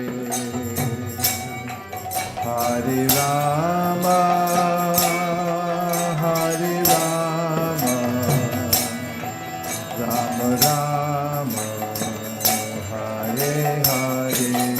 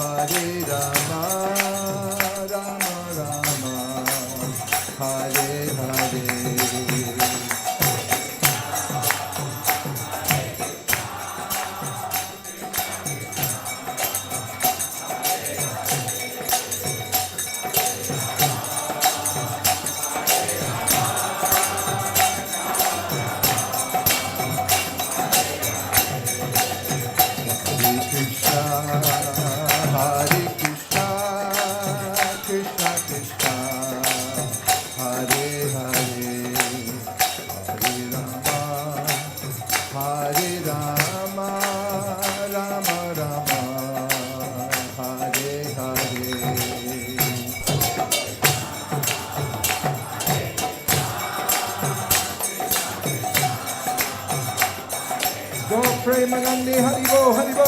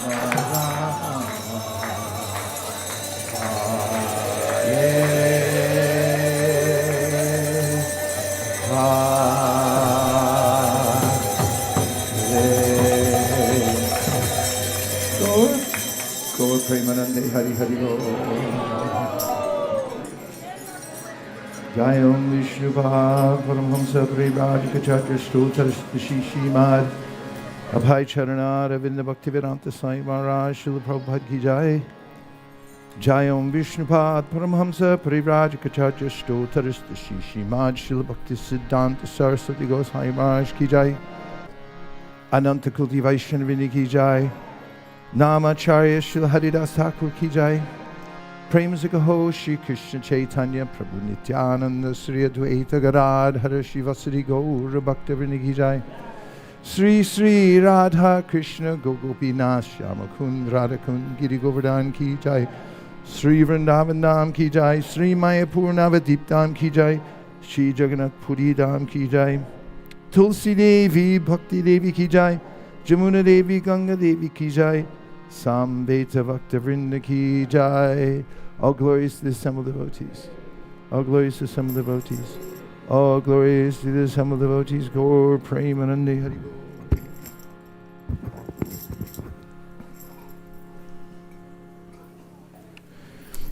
Today's Nishinga Arctic is a very heartfelt offering to Akshat Prabhu, who recently passed from this world, who was our friend for whom we had great affection, and we will miss him dearly. We're very confident that he's at Krishna's lotus feet as he leaned into the process of devotional service very sincerely. Akshat, Prabhu, we'll miss you. Dear Lord Nrsingadev, please protect Akshat and make his safe journey, allow him to make a safe journey to join you in your next pastimes, and protect him always. Thank you for considering our request. Hare Krishna.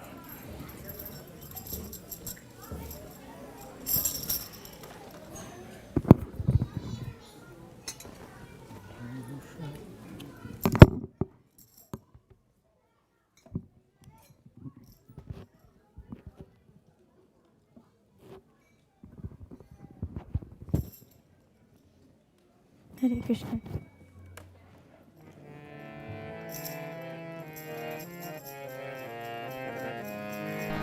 Namaste Narasingaya.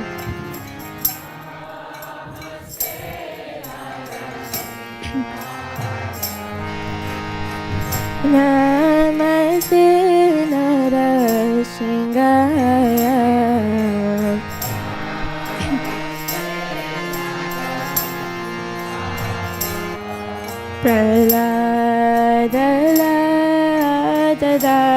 Praladadadayine.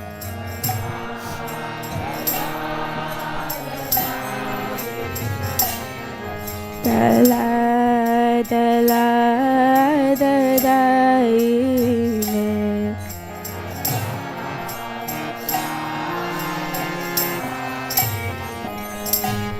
Hiranyakashipurvaksha.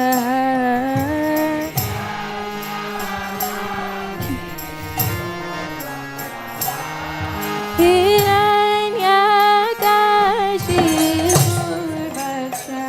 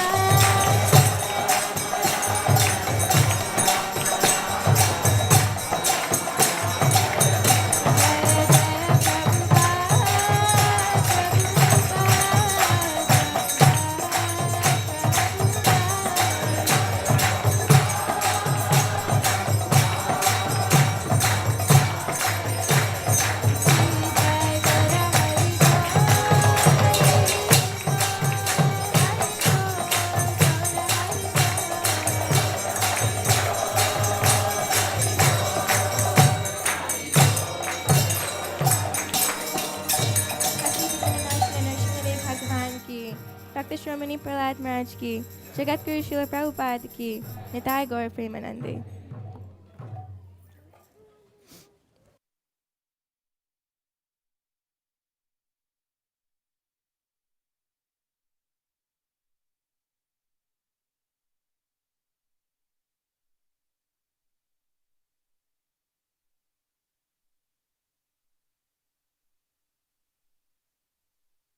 Hare.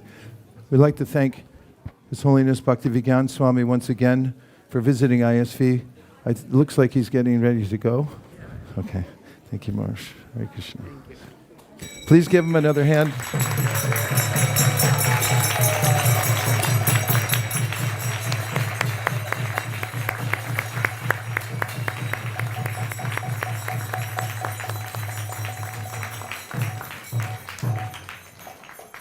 I've been getting calls all day. Hare Krishna. Some people weren't able to participate in the fundraiser yesterday, so I assured many people that there will be another opportunity today. Is that true? Are you going to Yes. open the floodgates again? Yes, yes. Okay. So Marlene is going to quickly give us the summary, what happened yesterday, and then we request all the devotees to be seated if you like. We can give you more comfortable seats in the back. And please, Krishna Purushottam, come forward. Okay, Marlene, do you want to go ahead and start?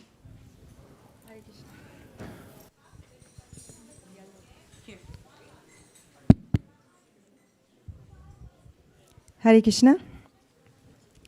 We had a wonderful Gita Jayanti celebration yesterday. If I'm sure you were here, some of you in person and others online.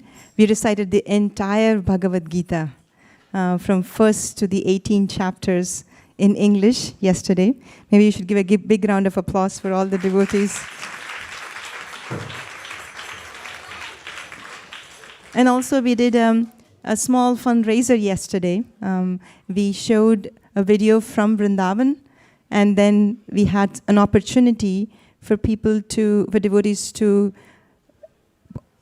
participate in the fundraising. And this fundraising is for sponsoring cases of Bhagavad-gita. And all the cases that were sponsored, a lot of them were distributed yesterday, and we are going to do that throughout this month of December. And our goal is to distribute at least 66,000 Bhagavad-gitas. So we're requesting all of you to help with that.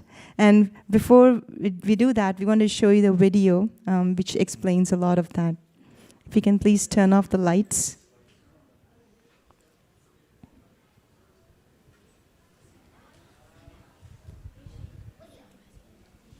It's that time of year again. We're going to be distributing Bhagavad-gitas to everyone all over the Bay Area and all over the world. Our goal here at ISV is to distribute at least 66,000 Bhagavad-gitas for Gita Jayanti, which is on December 3rd and beyond, because we're celebrating all month long. We're also going to collect at least $150,000 to give to the BBT to help print books and distribute all over the world. Let's give generously. I have return gifts for everybody. I brought beautiful Tulsi necklaces all the way from Vrindavan. I had them dipped in every kund around Govardhan Hill, and they were touched by multiple sadhus who uttered blessings over them, including Hanumat Prashek Swami, who I met at Radha Kund, and who gave a special blessing to everyone here at ISV.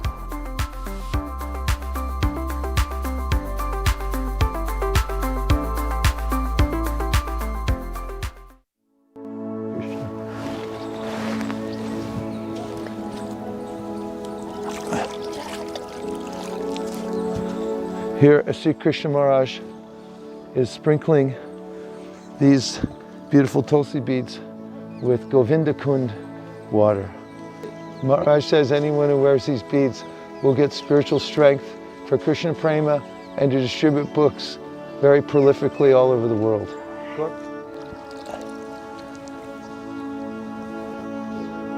This is Surabhi Kund, where Indra came standing behind Surabhi to beg forgiveness from the Lord for his mistake, to say the least, of trying to inundate all of Vrindavan. We've placed these special Tulsi beads in Surabhi Kund and sprinkled all of them so that everyone will get the benefit of being on this parikram and receiving special forgiveness from the Lord from any offenses. These are the sacred waters from Sri Uddhavakund, with Asik Krishna Maharaj giving a special blessing. Dear devotees, this is the Uddhav Kund, the famous place where Uddhav came and took the knowledge from the gopis. Actually, he proved the material knowledge make you donkey, but the spiritual knowledge make you happy. So you will give the knowledge to all the world, distribute the Prabhupada, the books, the Bhagavad-gita. Hare Krishna. This is the sublime Kusum Sarovar and the ambrosial waters of the Kusum Sarovar, where Krishna performs his pastimes with Srimati Radharani. These beads are blessed, and so are those who wear them, and so are those who try to carry out the Sankirtan movement by distributing the Bhagavad Gita to as many people as possible. Shri Shri Radhakund Ki Jai. Just as we are standing here, our Pujari came and opened up the gate. Here, as you can see, the three Goswami Mandir, Srila Raghunath Das Goswami, Srila Raghunath Bhatta Goswami, and Srila Krishnadas Kaviraj Goswami. We're receiving a special blessing from the local Pujari here who takes care of this place, and we're extending a prayer to the whole world. From Sri Vyasadeva Prabhu here, that everyone may follow in the footsteps of these great acharyas to do our part to spread Krishna consciousness all over the world. We have to do it now because this is our opportunity. Right, Prabhu? Gaur Premanande Haribol.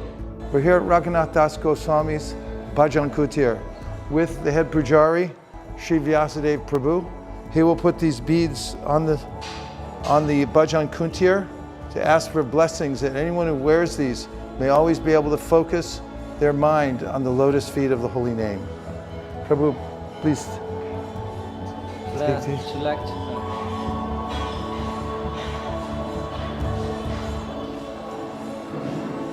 Haribo. Hare Krishna, Krishna Krishna, Hare Hare, Hare Rama, Rama Rama, Hare Hare. We're here at one of my favorite temples at Govardhan Hill. At the very tail of Govardhan, there's a beautiful little temple of Lord Nrsingadev. He's with Prahlad Maharaj. And this Nrsingadev deity is so merciful that anytime you come here, he always extends himself, offers his darshan, allows us to sometimes bathe him. And this is so important because he sits atop this hill.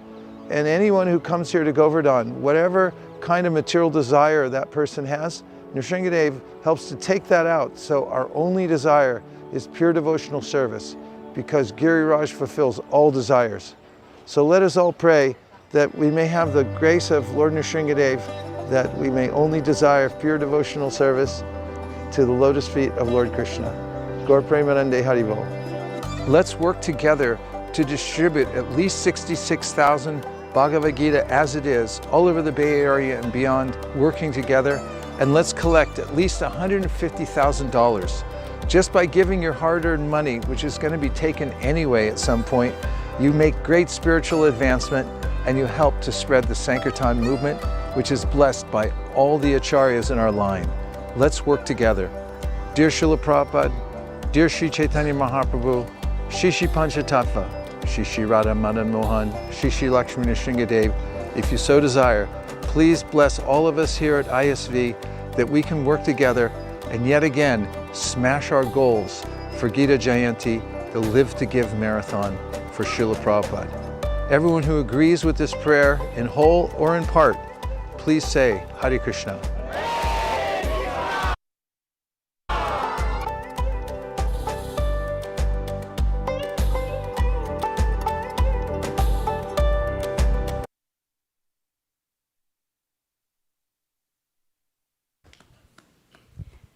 As you have seen, the beads that were featured in the video are these beads we all are wearing because some of us got yesterday. So we still have them here, packed, one in women's and the other in men's sizes. So there are different levels that we described here. If you see, there is level 1 for $500. And you can see that level, somehow it's hidden in that screen, but there is a level 1 which is $500.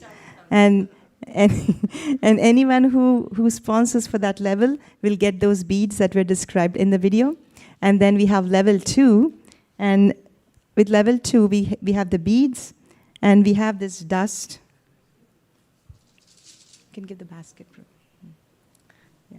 This is the dust from Vrindavan Dham that is brought by Vaisheshika Prabhu, and we pack them in these vials, so you get this as well.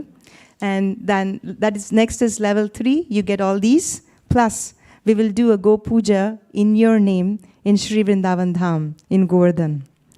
And then we have level 4, which is all of the above. Plus, we will do a Mahayagna in your name in Giri Govardhan as well. And then we have a level 5, which is very special because you get all of the above. Plus, you can write some special prayer.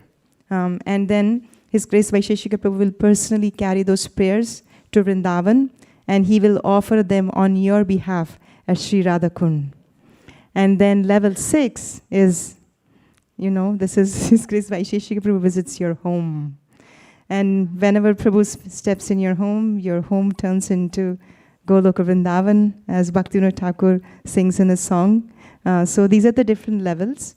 And any level that you participate will help us in distributing these at least 66,000 Bhagavad-gitas in Bay Area and beyond throughout the world. So we are requesting you to participate in any way you can. So if you like to participate in any of these, or if you want to participate in any of the levels, you can raise your hand. Prabhu, would you like to say something? Yes, I'd like to. I'd sponsor a level 1. Haribo! I want the one for Nirkula for always taking care of me. Other one. I'll give it to her. Oh, the lady. Is she here? Yeah, she's here. She's somewhere in the back room. Nirkula Mataji, She's around. she's here.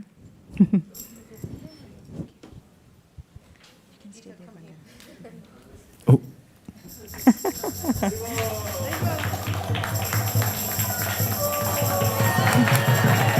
Thank you. In case you missed Mataji, Prabhu sponsored 11-1 for you. Thank you.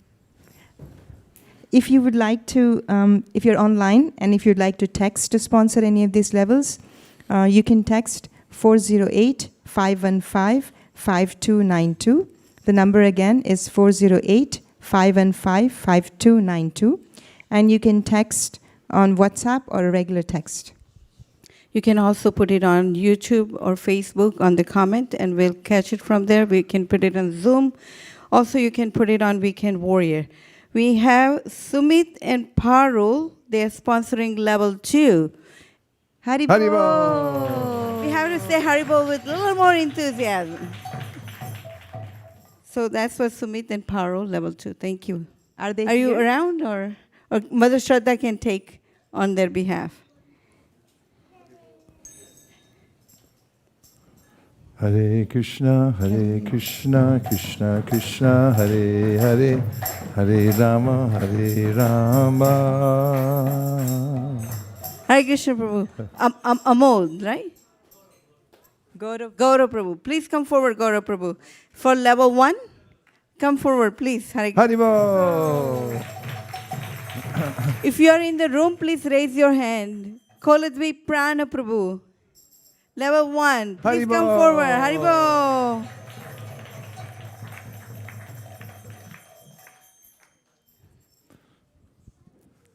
Okay.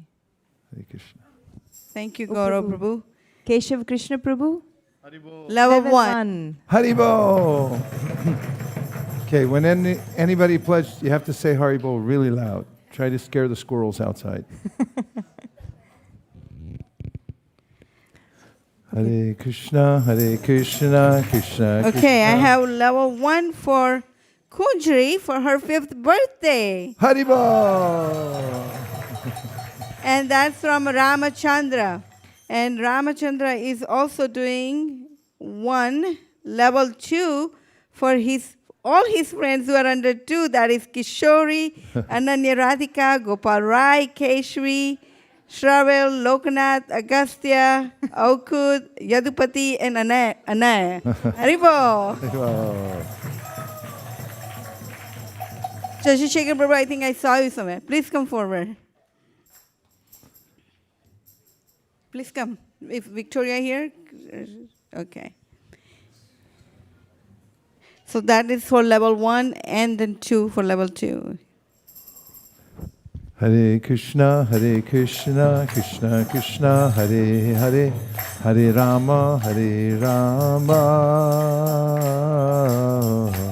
Come forward, please. Rama Rama, Hare Hare. And then we have one Alisan Bogolab for Vaisheshika Prabhu and Nirakula Mataji, and that's a level 1. And Rakesh Prabhu will collect. And I think that's their granddaughter. Please come forward, Rakesh Prabhu. Hare Krishna, Krishna Krishna, Hare Hare, Hare Rama,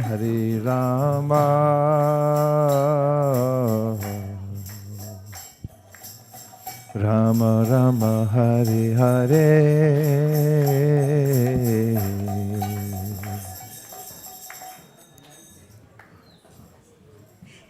Vamshi Prabhu, Vamshi Gopal Prabhu, do you know he's going to get married soon? So now he's taking level 2. Haribol! Vamshi Mohan. Hare Krishna. And if you want your picture, you can collect from Koladvi Prabhu.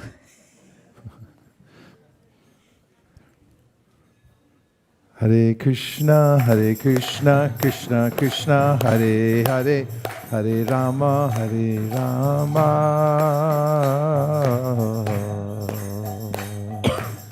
Rama Rama, Hare Hare. Here we have Anjan and Gopika. They bumped up to level 3. That's always welcome, by the way. And we have up to level 6. We can even make it level 7. So don't be shy away from leveling up. Haribo. And that will be collected by Mother Shraddha. Hare Krishna, Krishna Krishna, Hare Hare, Hare Rama, Okay. We have I'll sponsor level 1 for Yogi Plate and blessed Yogi Plate that they can distribute prasadams to the millions and millions, just like we distribute Bhagavad-gita. Haribol! Radha Vallabh Prabhu, you can come take for Yogi Plate. Radha Prabhu, please come. Hare Krishna, Krishna Krishna, Hare Hare, Hare Krishna. He's getting it for you.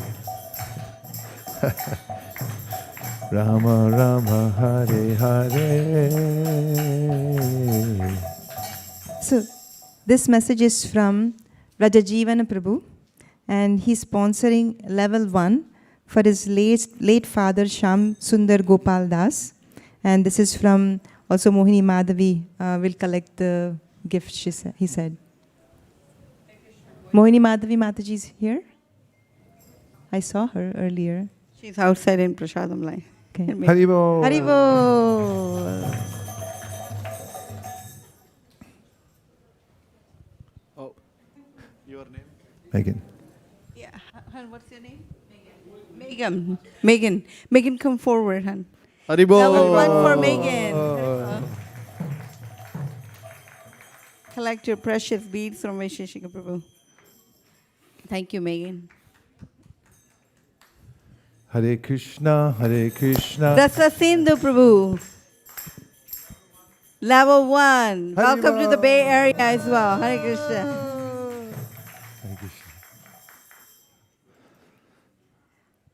Hare Krishna, Hare Krishna. Yeah, I'm not sure your name, sir. Up now? Apna, please come forward, Apna. Nice to have you here. And Hare Haribol. Krishna, level 1.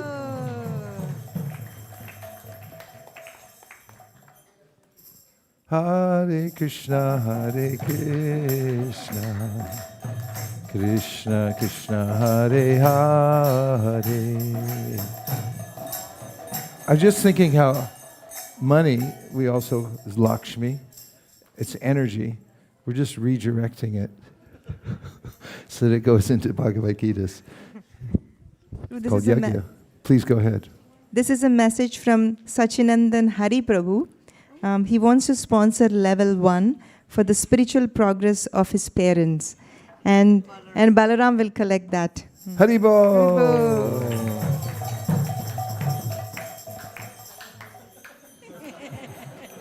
Balaram, you can collect the phone as well. Or we'll donate it You towards get Bhagavad Gita. An iPhone with every level 1.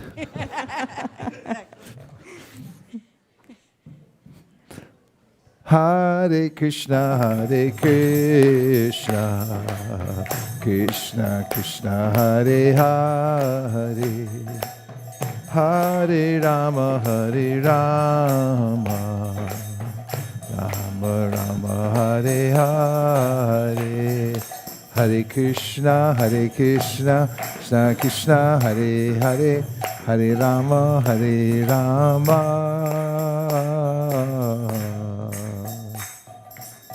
Rama Rama, Hare Hare. So we just have a couple minutes more.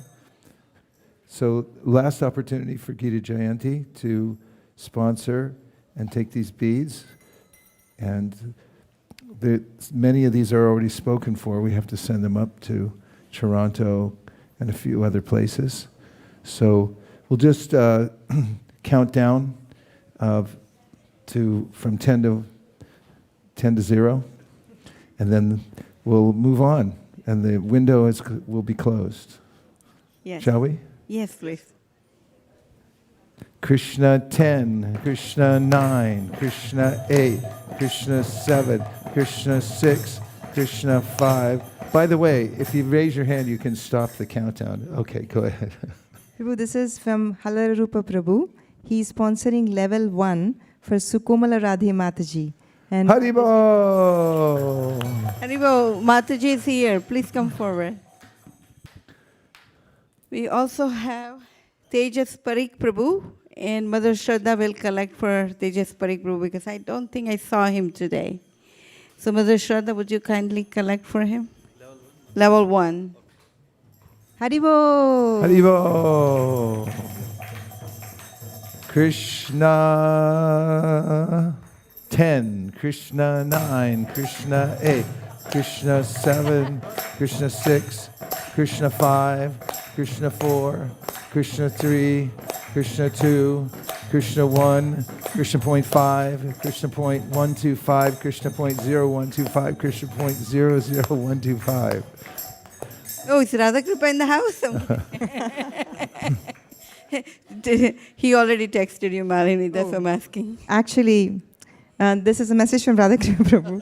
He's saying that in loving memory of his mother, Shanti Devidasi, upgrading my donations to level 6. Haribo! Radha Kripa Prabhu, please come forward. Come, Prabhu. Haribol. Krishna, Hare Krishna, Krishna Krishna, Hare Hare, Hare Rama, Hare Rama,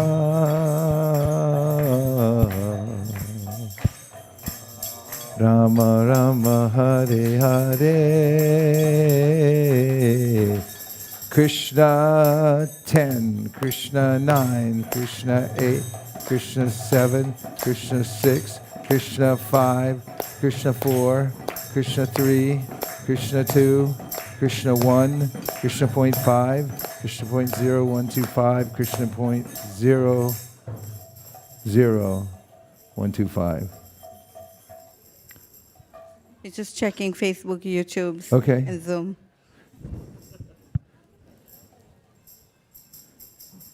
Somebody's phone's ringing. It might be level 6.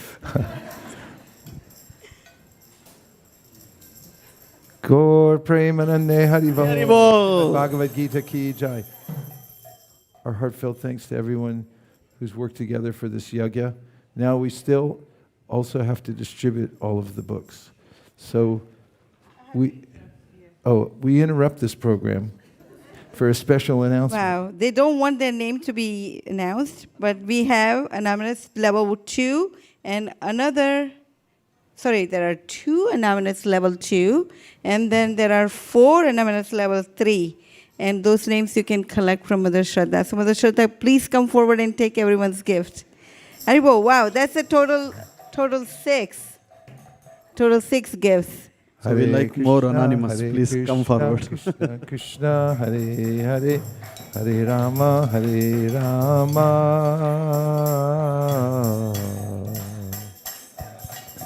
Rama Rama, Hare Hare. Hare Krishna, Hare Krishna, Krishna Krishna, Hare Hare, Hare Rama, Hare Rama, Rama Rama, Hare Hare. Well, this is another message from Vishal Vinod from San Diego, and he would like level 1 donation. Haribo. Oh.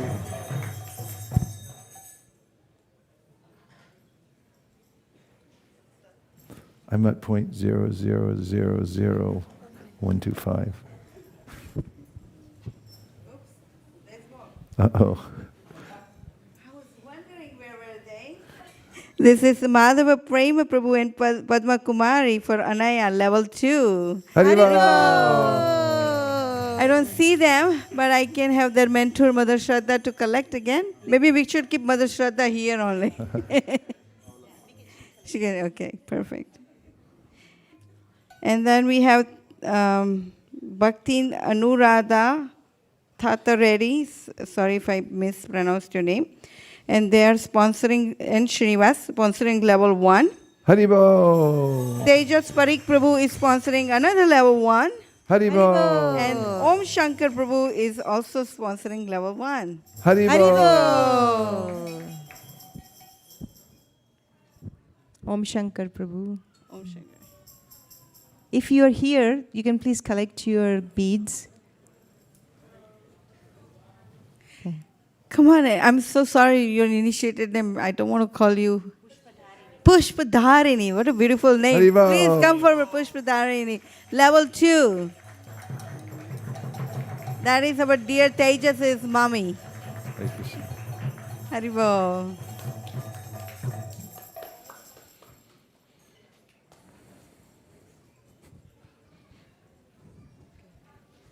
I think we really, really have to close now, Prabhu. So maybe. Oh, no, there's somebody typing. Wait. Okay. Namasmarans Prabhu.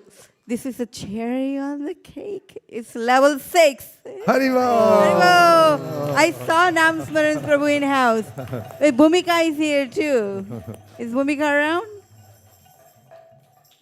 Are they upgrading to level 6 or they're doing level 6? New level 6. This is new level 6, New Mala. level 6. They're upgrading to level 6. Upgrading to level 6, yes. Right, Haribol. Yes. Hare Krishna.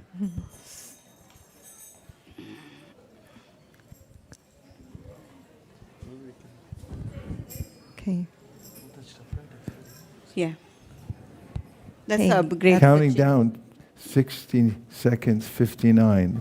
It's the last minute if you want to call in, and we're going to let everyone take prasadam. Yes. Gaur Premanande Haribo. One more thing. And if you have. Sorry. We also have the Bhagavad-gita cases at the gate to load in your car, so you can distribute those Gitas to your friends, neighbors, colleagues, your dog sitter, babysitter, hairdresser, bank teller, everyone. And we will show you how to do it. So do not shy away from it. We also have cookies, so that way you have a sweet relationship with your neighbor as well, or whoever you give the Bhagavad-gita. So you must take the box home. Hare Krishna. Harival. Vanchakopdurusha kripasindabeva patitanam pavanibhyo vaishnavebhyo namo namo. Ananta Koti Vaishnavini Jai. Sharirad Vijaja Jodendriya Taheka Jive Pele Vishaya Shagai Dharma Jidvayati Loba Moisu Durmati Take Jeta Katita Sanshare Krishna Borodoya Moy Kori Bare Jihajai Shaprasharana Dilubai Shayanamrita Pao Radha Krishna Guna Gao Preme Dako Shri Chaitanya Nihita Preme Dako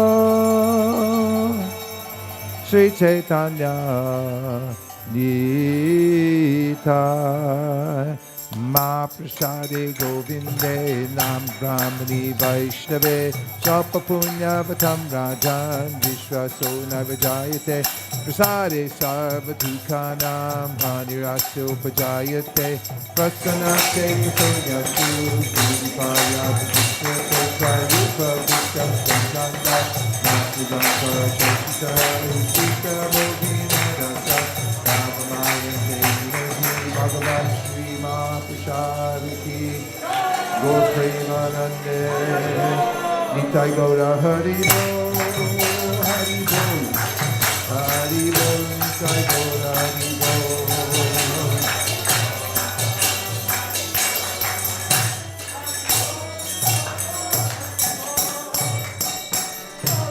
Please come take prasadam. Hari Bo.